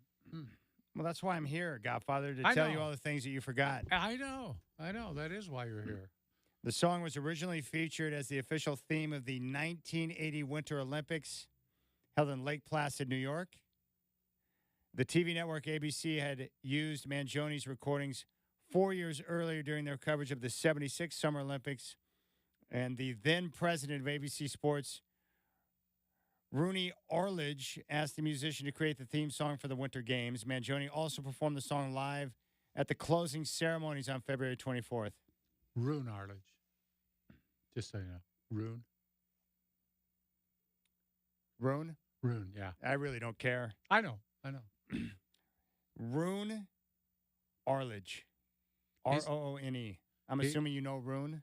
I don't know. I don't know him at all, but he's known as probably one of the greatest sports guys at any network ever. I think probably he and Dick Ebersol? Yeah. Ebersol was at NBC for, I think he just retired recently, right? Like he was there for decades. He ran the whole place there for a while. He went from sports to the big chair. Yeah, he was big time for sure.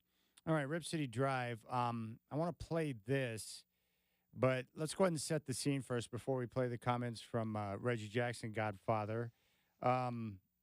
Baseball is, going through great lengths now to make sure that they properly honor the Negro Leagues and the players who came before who didn't have an opportunity to play in the majors. And that's why we've seen where the stats from the Negro Leagues are going to be placed into Major League Baseball and so forth. And we saw them now with a game in Birmingham. They're playing their Rickwood Field, which is it's the oldest park in the country that has continued to be a professional baseball stadium. The minor league teams played there for years. It's where the Negro League team played in Birmingham and where Willie Mays began to play as a, I think, 15, 16-year-old kid. So the idea was really to honor Willie Mays as well. Yeah, and they did it this year, I think, because the Field of Dreams game isn't being played because that whole complex is being changed around because it's been purchased and turned into some sort of a complex where they have kids come in and play all summer, I think. I think Baseballism's got a store out there, too. They do, yeah. Have you been out to the Field of Dreams area? No, Chad, it's that's one of those things I got to do. I have friends who've been there, and they think it's great. That surprises me that you have not been there. Well, it's just off in the middle of nowhere. You really have to. You can't fly in there. You got to fly close and then drive. But all I hear is you can actually go out and play on that field where the cornfield is. What's the best city to fly into if you're going to go there? I don't know. I can't remember. You're not allowed to forget things like that, Godfather. I forget a lot of things I'm not allowed to forget. I know. Go to Field of Dreams. Ticket holders coming out from the town should look to fly into the following airports. Well, this doesn't tell me anything, you freaking morons. I can't make sense of that. Let's see here. Gee, if Google can't help you, I don't know why I'm supposed to. Cedar Rapids. Oh, really? Yeah, the nearest airport to Field of Dreams is Cedar Rapids. Oh. There you go. Then you got to make some sort of drive. Yeah, that's probably a place you should go to. There's a lot of places you need to go to. That's probably one that you would appreciate. Yeah, and I'd like to have gone. The very first Field of Dreams game was unbelievably good game. Won in the bottom of the ninth with a home run by, I think, Tim Anderson. White Sox were in it. They used the old uniforms and everything. It's pretty cool. All right. To set the scene here, I mean, you know how TV works. You have guys on, you get their analysis. It usually goes a certain way, or at least you expect it to go a certain way. They're usually pretty scripted, Chad. Yeah. Well, this did not go according to a script. I'm not even sure if it was scripted. I just don't think they anticipated such a truthful and Reggie Jackson being completely real and transparent and honest about his experience in that town and going back. Chad, being the host of a panel show on TV is kind of like being a defense attorney. Never ask a question that you don't already know the answer to. Yeah. He asked a question here, and I think he got an answer they didn't expect to get. All right, take a listen to this. Reggie Jackson. So A-Rod's the one who asked the question, but Reggie Jackson with just compelling television by giving it a real, just a raw and real answer. Reggie, the baton has been passed for over a century here. We've been talking earlier about if it wasn't for the Willie Mays, the Jackie Robinson, the Reggie Jacksons, the three of us wouldn't have an opportunity to play. How emotional is it for you to come back to a play that you played with one of the greatest teams around? Alex, when people ask me a question like that, it's like coming back here is not easy. The racism that I played here, when I played here, the difficulty of going through different places where we traveled. Fortunately, I had a manager and I had players on the team that helped me get through it. But I wouldn't wish it on anybody. People said to me today, I spoke, and they said, you think you're a better person, you think you won when you played here in Concord. I said, I would never want to do it again. I walked into restaurants and they would point at me and said, can't eat here. I would go to a hotel and they say, then can't stay here. We went to Charlie Finley's country club for a welcome home dinner and they pointed me out with the N-word. He can't come in here. Finley marched the whole team out. Finally, they let me in there. He said, we're going to go to the diner and eat hamburgers. We'll go where we're wanted. Fortunately, I had a manager, Johnny McNamara, that if I couldn't eat in the place, nobody would eat. We'd get food to travel. If I couldn't stay in a hotel, they'd drive to the next hotel and find a place where I could stay. Had it not been for Raleigh Fingers, Johnny McNamara, Dave Duncan, Joe and Sharon Rudy, I slept on their couch 3-4 nights a week for about a month and a half. Finally, they were threatened that they would burn our apartment complex down unless I got out. I wouldn't wish it on anyone. The year I came here, Bull Connor was the sheriff the year before. And they took minor league baseball out of here because in 1963, the Klan murdered 4 black girls, children, in 11, 12, 14 years old at a church here and never got indicted. It was, they were from the Klan. Life magazine did a story on them like they were being honored. I wouldn't wish it on anyone. At the same time, had it not been for my white friends, had it not been for a white manager, and Rudy, Fingers, and Duncan, and Lee Myers, I would have never made it. I was too physically violent. I was ready to physically fight some. I'd have got killed here because I'd have beat someone's ass, and you'd have saw me in an oak tree somewhere. Reggie, I can't even imagine. It's awful you had to go through that, but appreciate you sharing the rawness and the honesty of it with our audience. I mean, really, we love you, Reg. Yeah, thank you. Quick history lesson right there. That's a great history lesson. You. Reggie Jackson telling us all about it, preaching. Wow, there you go.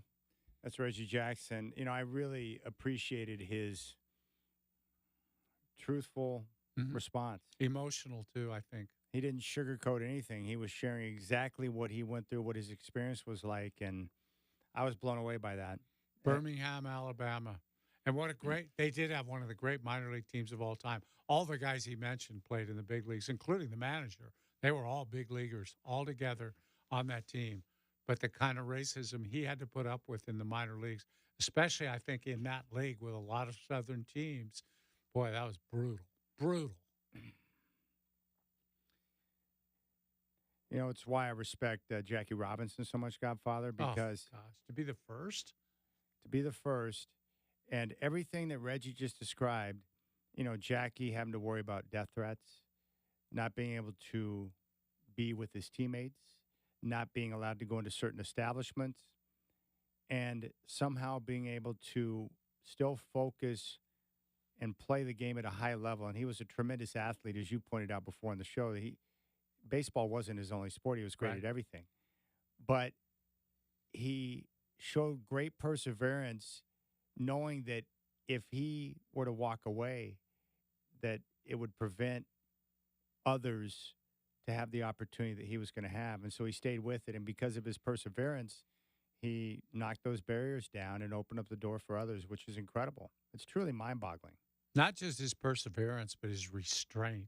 He was chosen for that role because they knew he could compose himself and not react. Because no matter how justified it would have been to go after somebody, it would have had the opposite effect. It would have ruined it. And he just couldn't react.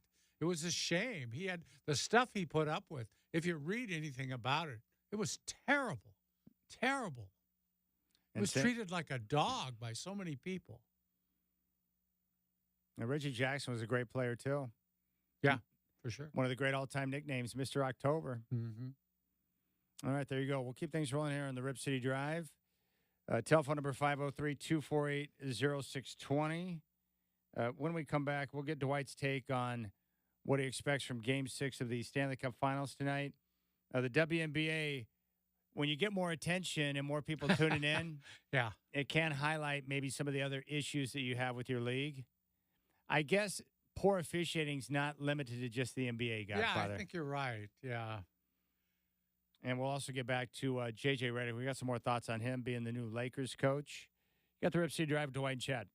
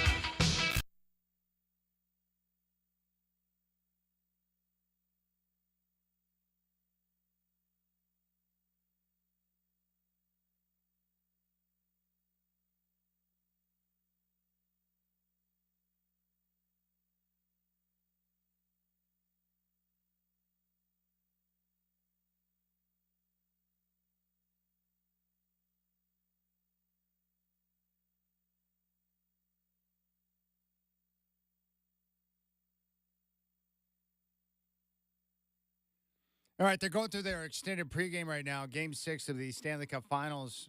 Edmonton at Florida. The Oilers trying to force a Game 7, which will be awesome. So, Godfather. Florida at Edmonton. What did I say? Edmonton at Florida. Okay, fine. Florida at Edmonton, Edmonton and Florida. It's Game 6 tonight. Is it still Game 6? Yeah, it's a big difference where it's been playing, though. I know. Okay. So it's Florida at Edmonton, right? Right. Okay, yeah. I was thinking about Game 5. Yeah. Okay, good. And did I make any other mistakes, or are we good here? No, but you always criticize me for not correcting you, and then when I do, I get criticized. So just to let you know. No, I don't criticize you. But anyways, what's your take on Game 6 tonight? Well, I think it comes down to goaltending like it almost always does. I don't know what's happened, but in the first 3 games of this series, Sergei Bobrovsky, the great goalie for Florida, who is actually wiping away a lot of defensive mistakes that the Panthers made, hasn't played as well in the last 2 games. He hasn't faced that many shots, but he hasn't made that many great saves, and he's got to stand up for them because they do make mistakes. Their penalty kill has not been good, and their power play has not been good. Their special teams have been terrible the last 2 games. When they get a power play, they're not only not scoring, they've given up 2 goals, 2 shorthanded goals on their power play. And then on the other side, they can't handle Connor McDavid. Connor McDavid is the best player in hockey right now. People compare him to Gretzky. I'm not saying he's Gretzky yet, but he's a great player, and he's doing things on his own to beat them, and they got to stop him somehow. I expect they'll get more physical with him, but they can't get cheap penalties either, and that's really costing them getting cheap penalties. So I think it's going to be a great game, Chad. The fans in Edmonton are so caught up in the fact that Canada hasn't won the Stanley Cup in so long. They want to be the city that brings it back to Canada. And I don't blame them. There's supposedly going to be more people outside the arena tonight watching on large screens on the streets outside the arena than there are in the actual arena. It's going to be crazy. I just hope it doesn't end up like it did that legendary time in Vancouver where they thought they were going to win in Vancouver and they didn't, and there was a huge riot on the streets of Vancouver with a lot of damage done. It was terrible. Do you expect to see a Game 7? I kind of do, yeah. I think it's going to be really hard for Florida to win on the road. But by the same token, they're a team that plays, you know how some teams play better when they're the underdog and they're on the road and things are against them. They play good as an underdog. So you never know. I think getting the first goal is always very important in hockey. Whoever gets the first goal wins a good percentage of the time. So we'll see. They better not give Edmonton an early power play or McDavid's going to kill them. I want Game 7. Yeah, everybody does. That's what it's I about. want. I want Game 7, and I want to see Oiler fan Kate in full force tonight. Hopefully she's going to be celebratory. She's been very present on social media the last couple of days. Very strong. And she doesn't care what you or anybody else thinks about her, I can tell you that. She's made that very clear. I'm guessing that the TV cameras will not go near her. You'll have to see it the next day on YouTube or something. What? Now, are you trying to tell me that a camera guy wouldn't go out of his way to try and find her? No, I think the camera guy would, but I think the guys producing has been told, don't put that shot on the screen. They'll save that for looking at later after the game when they're all gathered around. So the camera guy will find her. They just won't put that shot up Probably on the screen. Probably won't see it on your TV set. Yeah. Oh, that's a shame. She has a tendency, for those who don't know, to lift up her sweater, show the goods. They were good, too. They were, I don't know if they were real or not. Well, no, she confirmed it. They're not real. But they were spectacular. They're not real, and they were spectacular. Thank you, Kate. Appreciate that. From the 732. By the way, if you lift up your shirt at a sporting event, don't be surprised if you become a big topic on social media. That's going to happen. It has a tendency to go viral. Yeah. Yeah. She didn't seem to understand Who would have thought boobies going viral? What a stunner that is, Godfather. Yeah. I think it's the only case it's ever happened, probably. Probably. All right, from the 732, really enjoyed you replaying the Reggie audio. It hit really deep when I saw it live. I'm glad you replayed it to spread the word. That was about as real and raw you can get on television as possible. Yeah. I love for those moments because most of the time I know that everything is scripted, right? So when you see things in a pregame show or on a show, you know that I know how it works. I've done it. Usually you're following some type of an outline or script or whatever, but that was like they asked a question, they got a very real answer. Yeah, and because it was live, it got out on the air. Had that been tape recorded the day before, Would they have edited it? I wouldn't trust them to even put it on the air, Chad. I'm not sure they would have because they're trying to be, they're there as a guest to Birmingham, Alabama, and everybody's trying to be nice. And it was originally intended to be a tribute to Willie Mays, and he passed away too soon.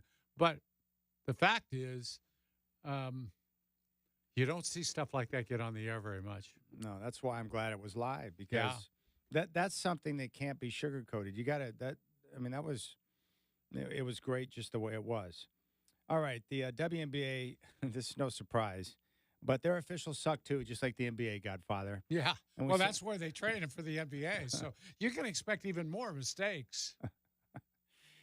We saw the video. It's classic. But Angel Reese, how many times did she double dribble in one possession? She double dribbled twice in the open court in front of everybody, and no call. She went in. Action continued.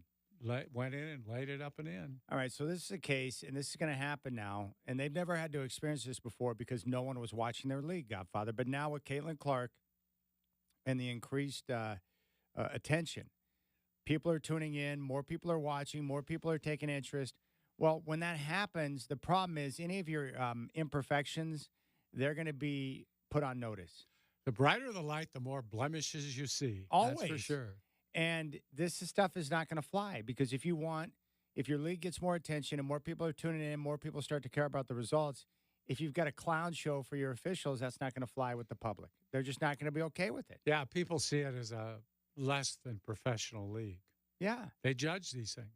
So when you want attention or you hope for more television ratings, more people viewing, more people going to the games, that's great. But just remember that it comes with certain things that you have to deal with. But this could be good for the league because the more attention that's put on all the details, then all of a sudden, when you get the attention and there's pressure to get things done the right way, it can turn out to be a very good thing. Yeah, crackdown. Let's get better. Let's make things better. But this whole stuff is nothing new in the WNBA. Traveling, double dribble, carrying. I mean, why do we get to a point where certain basics in basketball are they just let that stuff slide now? Yeah, I think you see it more in instances where it's more common. They just get tired of calling it. I recall those days when defense in the NBA was Detroit and New York, muscling people around, throwing them on the floor, all that stuff.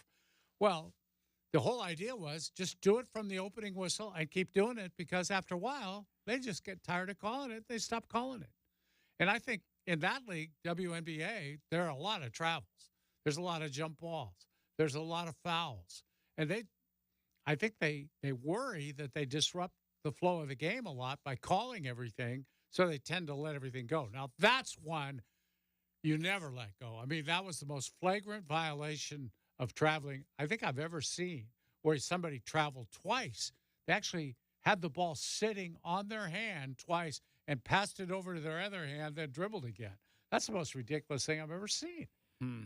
There's a big, long explanation, by the way, of a couple different referees on why that happened. Well, you see, the slot official was at midcourt. He was looking to see this. The lead official was making sure somebody wasn't going to come from behind to foul her. Hey, I don't want to hear it. There's 3 referees on the floor, 3 of them. One of them's got to see somebody double dribble twice. Do they have this type of controversy with the officials in the NHL? Yeah, they do. And they have replay now in the NHL, too. I think it just happens everywhere. These are human beings tasked with an impossible job for the most part. So you're going to see mistakes. I just want to implement it into Major League Baseball as soon as possible because I want to see how that plays out. Yeah. The thing about hockey, too, Chad, is that in the playoffs it gets a lot more physical, and you see things overlooked that would absolutely be penalties in the regular season. where guys just get gooned up in front of the net and everything. No call on that. Do you like the physicality of NHL? Oh, yeah, I love it. In fact, I've been at the forefront of saying, don't eliminate the fighting. The fighting's part of the game. It always has been, and it always will be. It's part of the game. But there's a group of people out there that want to just get. Who are those people that want hockey to get rid of the fighting? Are the losers? Who are these losers? I'll tell you who they are. Americans. They'd like to soften that game up a little bit. Canadians just rip. You talk about get rid of the fighting. Not in Canada. They don't want that. They're traditionalists. They've seen this game grow from pond hockey. It's Americans who think it's not good. We don't want the kids to see it. It's not nice to fight. We teach people not to fight. Violence is no good, so they don't want it. No, when in doubt, choose violence always. I mean, do people not understand the basic premise in hockey that the main reason why you let these guys duke it out occasionally is because they have sticks in their hands. Yeah. And if you're getting banged up against the wall and guys are pissing you off, and eventually you're going to use your stick to carve someone up. If you can't just drop your stick in your gloves and just duke it out, guys will use their sticks to retaliate, and that's more dangerous than fisticuffs. Yeah. I know. But there's just some people that don't think it's very nice. I think it's awesome. I love it. And ever since I was young, going to winter hot games, there's nothing better than a couple of guys getting after one another. It's fun. It's one of the reasons the late Connie Madigan was revered in Portland. He didn't lose many, it's fun if any. Fun for the whole family, actually. Family fun. It's family fun. All right. JJ Redick, what do you think about this? How are they going to work this? Let me ask you a question. We know they're going to make a trade, or at least that's been all the reports, because they've got to enhance the roster a little bit. They've got draft picks they can move, and they've got D'Angelo Russell. Yeah, neither one of us think Trae Young is a good fit for the Lakers. Right. What type of player do you think they need to try and help LeBron and AD and Austin Reeves take that next step and get better? What would be the right type of player? Well, it's the same thing we've been saying for years. Everybody's been saying for years. They need shooting. If you're going to have LeBron, you need shooters around him. Same with AD, really, because AD is going to be playing inside quite a bit. And so you'd like to have outside shooting. LeBron is going to go to the basket most of the time. That's his game. So let's get defenders around them, too, because neither one of them defends as well as they used to. They used to both be tenacious defenders, all defensive team type of guys, but not so much anymore. That's what happens when you get older. You pick one end of the floor to be good at, and for those guys, it's offense. Most guys, it's offense. But, yeah, get some more shooters, get some more defenders. Maybe if you can find somebody who does both, that would be the best thing. I wanted to play this for you, too. This is in regards to the draft. I'll see if I can find this for you. But I think it was Paul George who was making a comparison. He was talking about Bronny James. Mm-hmm. And the Lakers, of course, we expect to, they're going to pick Bronny James. But here he is comparing him to Drew Holiday. What's most impressive is just his basketball savviness, like his basketball IQ. Like, he can do it all. Like, I feel like he hasn't shown that he can really be elite at a lot of things, but I think he can be elite at a lot of things. Like, I feel like he's like in that Derek White, and it was interesting that that's his comparisons that he wants to be like or coming out look like. But I compare him to like the Drew Holiday, the Derek Whites, like guys that are glue guys that can go do everything on the floor and help you win. That's pretty high praise from Paul George. Yeah, I don't know. I think he's maybe trying to get a job with the Lakers, but to me, Chad, he's got so far to go offensively to be compared to any of those guys. He could end up being a good defender, but at that height, it's going to be really hard for him to defend. He's 6'1". He's going to be guarding bigger players this whole career. He's going to have to make shots, right? He better. Yeah. I don't know how it's going to work for him if he doesn't. I mean, how much use is there for a defensive-minded 6'1" guy in the NBA that can't shoot? Well, that's why you'd get taken in the second round or not get drafted at all or begin your career in the G League. All right, so with J.J. Redick, what's it? I don't know, Godfather. It seems like a mess to me because you have like two timelines, right? Yeah. So you got the LeBron timeline, and then you've got post-LeBron life. The two timelines in sports never work. They don't. Warriors tried it. Yeah, and it didn't work. Blazers tried it. We've seen a lot of teams try it. You can't do two things at once. No, you can't draft and develop. You got to go all in on one direction or the other. Yep, you do. If they were to find the right third piece, could the Lakers with LeBron and AD, if they find the right third piece, could they compete for a championship? Or is that ship sailed with this group? I don't think championship, no. I think they could get better, and I think this first year especially, just getting into the top 6 and having assurances of being in the playoffs, that's a huge move. That would be a huge move for them. Don't you think that would be a reasonable high goal for this group? Oh, absolutely. Don't be a playing team. Get into the top 6. Absolutely. Because part of the problem with advancing in the postseason is, well, you don't want to open up against the Denver Nuggets. Yeah, but not only that. I mean, if you were to get in the postseason, we saw this a couple of years ago. If you got LeBron and you got AD, and maybe somebody can make shots, you can win a short series from somebody. LeBron's still capable of helping you win a series or two. I don't think he can carry anybody to the finals anymore. He could be a piece, but he couldn't be that guy he used to be where he carried you. I just can't believe how deep, from top down, the Western Conference. I mean, it's really remarkable. Yeah, for sure. Denver's probably the best team going in starting next year, right? In the West. Yeah, I think probably they are. Yeah, they still are. But they need to do something this offseason, too. They can't sit around like they did last year. No, they're thin after the starting 5. Yeah. Huh. I don't know.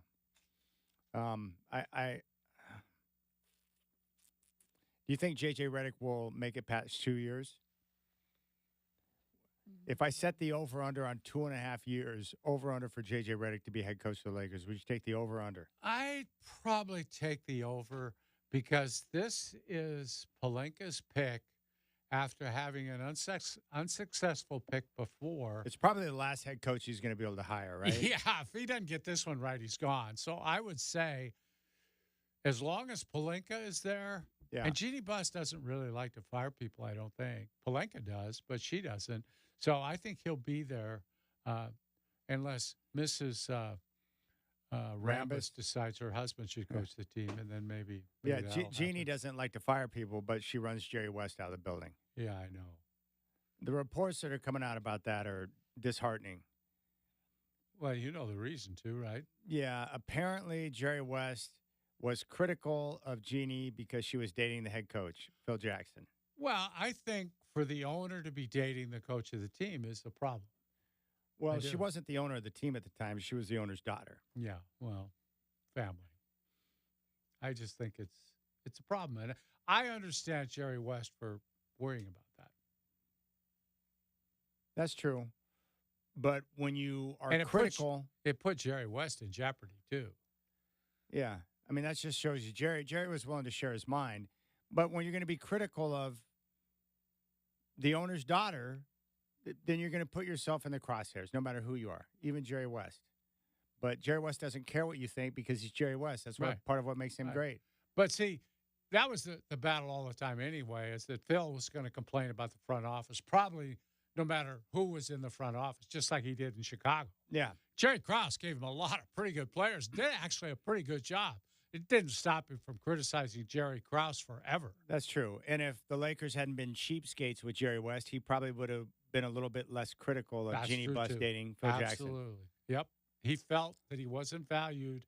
He wasn't paid what other GMs in the league were making. And he wasn't. Yeah. Well, that's not valuing him because that's how you show value is by paying somebody what they deserve. I still think the amazing part to me is like, that's a pretty bold move by Phil Jackson to be like, yeah, I think I'm going to hit that and go after the owner's daughter. Yeah. Well, maybe she went after him. Who knows? Now, that's an interesting question. Can you reach out to Jeannie and ask her who pursued who? Because I would like to know the answer to that. You're the one that has his sights set on Jeannie. You reach out in one of your preliminary discussions with her and find out.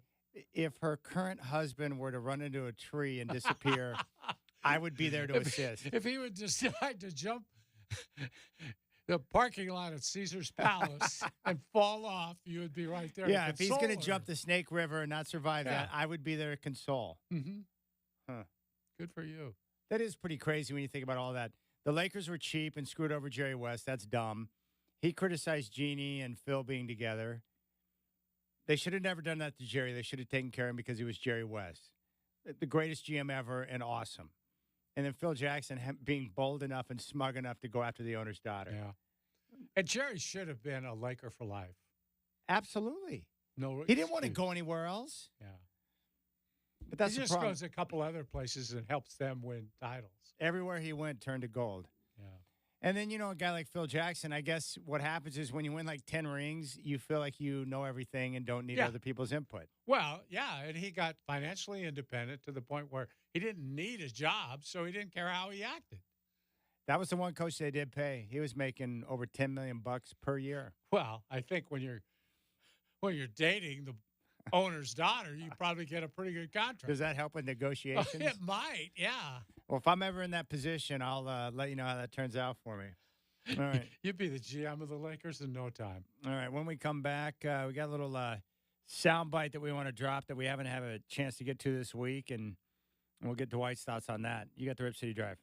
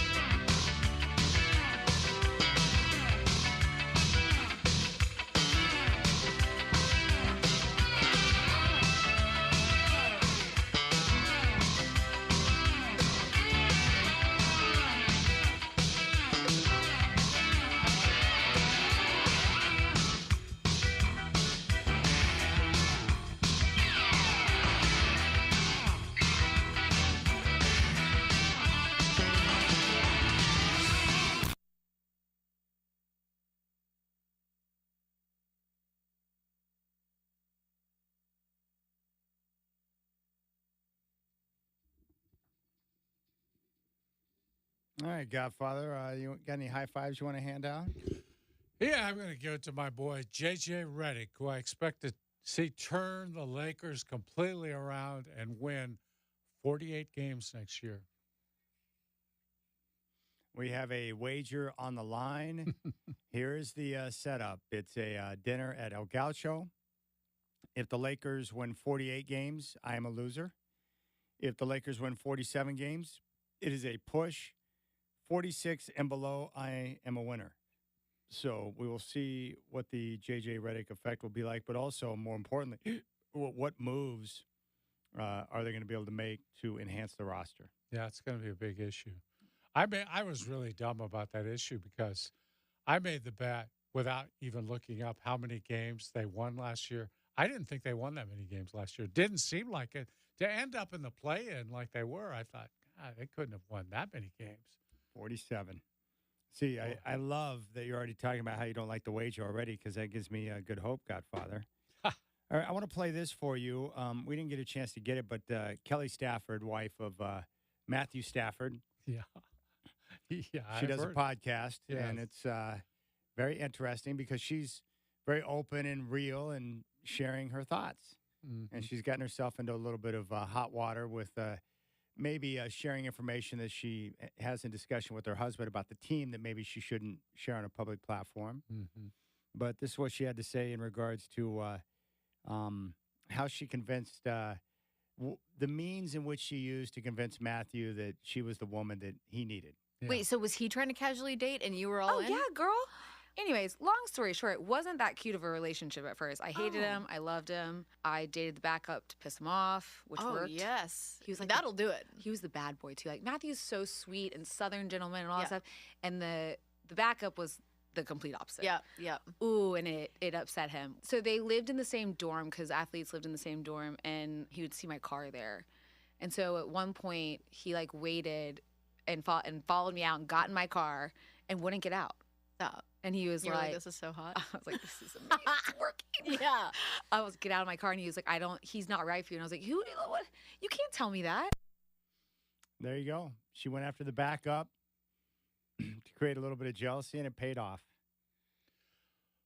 You know, it's not exactly a new tactic, I would say that, but it comes off as very calculating and sneaky and almost underhanded. And first of all, I don't know that she'd want her children hearing that, which they will hear it. Well, this took place back in what, college? Yeah, but still, you think? I mean, hey, I don't know. We've all done underhanded things before. Yeah, but we don't all share them publicly. I don't think it's that underhanded. I mean, that's one of the oldest tricks in the book, right? Yeah. I'm going to date this person to make this person jealous and show them that they want me. That stuff's been going on for years. Yeah. I think her implication was more than just dating him, though. She didn't say that. Well, no. She said he was a bad boy. Well, a bad boy could mean a lot of different things, Godfather. Sure. Yeah, I know. I thought it was funny. Did you? Yeah, I think it's funny. I just like that she's so open and willing to share whatever. I think it's cool. That's what How makes. How do you think he felt about it, Matthew? I don't think he cares now. I think that was a long time ago, and he's got the wife, and they've got a beautiful family. So I think he's doing pretty well. I think Matthew Stafford's probably a guy that's fairly comfortable in his own skin. Yeah, probably. I don't know if he's comfortable with her. If you watched any of that reality show they had, there was just pretty good arguments going on back and forth, but who knows? Yeah, but don't every husband and wife argue? Not necessarily in front of cameras, but yeah, I suppose. No, but my guess is I've never done a reality show, but if you're in front of the camera, I mean, at some point you forget the camera's there, right? And then it just becomes normal again? No, I think they tell you to have arguments because it's good for TV. It provides drama, and yeah. So it's not real then, and you're saying it's... Sometimes it's not real, I'm pretty sure, yeah. I don't know. I'm not a big reality show. Most of them are scripted. Most of them, they tell you. Well, they're scripted, so it's not really reality then. They script it out? They don't, not by word or anything like that. But they say, is there anything going on that you guys could have a difference of opinion about or whatever? And then they'll put them on screen and they'll argue it out. And Hey, look what they're arguing about this week. Pretty good. Well, then that's dumb. That's not reality TV. No, it's not. Don't be crushed that I've popped your bubble on reality TV, but well, I'm not searching out the I don't think you Stafford watch reality it. show. I No. don't think you watch reality TV anyway, do you? Well, no. I got better things to do with my time. I'm not gonna. I mean, do you watch reality TV? I'm trying to think. The only one that's close to that is the Curse of Oak Island, the one where they're digging for treasure. I watch that. Yeah, but do you consider that like reality show? It kind of is because I mean- they depict it to be real, and I think it's scripted too. Like I watched this show that's really interesting. I don't know. I can't remember the name of it, but there are these dudes that like if you go up on these people that go up on like jeeping trails or these really difficult, terrain to try and get up to different points. If you get your vehicle stuck or your 4x4 stuck, this group of dudes will come out and retrieve it for you and get it out. Oh. And it's fun to watch them try to retrieve it. Well, that's a reality show. Yeah. But I think when people hear the word reality TV, they think of like Housewives or something like that. Yeah. I mean, I used to watch some of those. The Real Housewives of, which one did I watch? Beverly Hills. That's the one I watched for a while. It was interesting. Yeah, I've not watched that. I've not watched the Kardashians. Just some things that just don't tickle my fancy. What can I say? Yeah. Once you get hooked on one, you'd watch it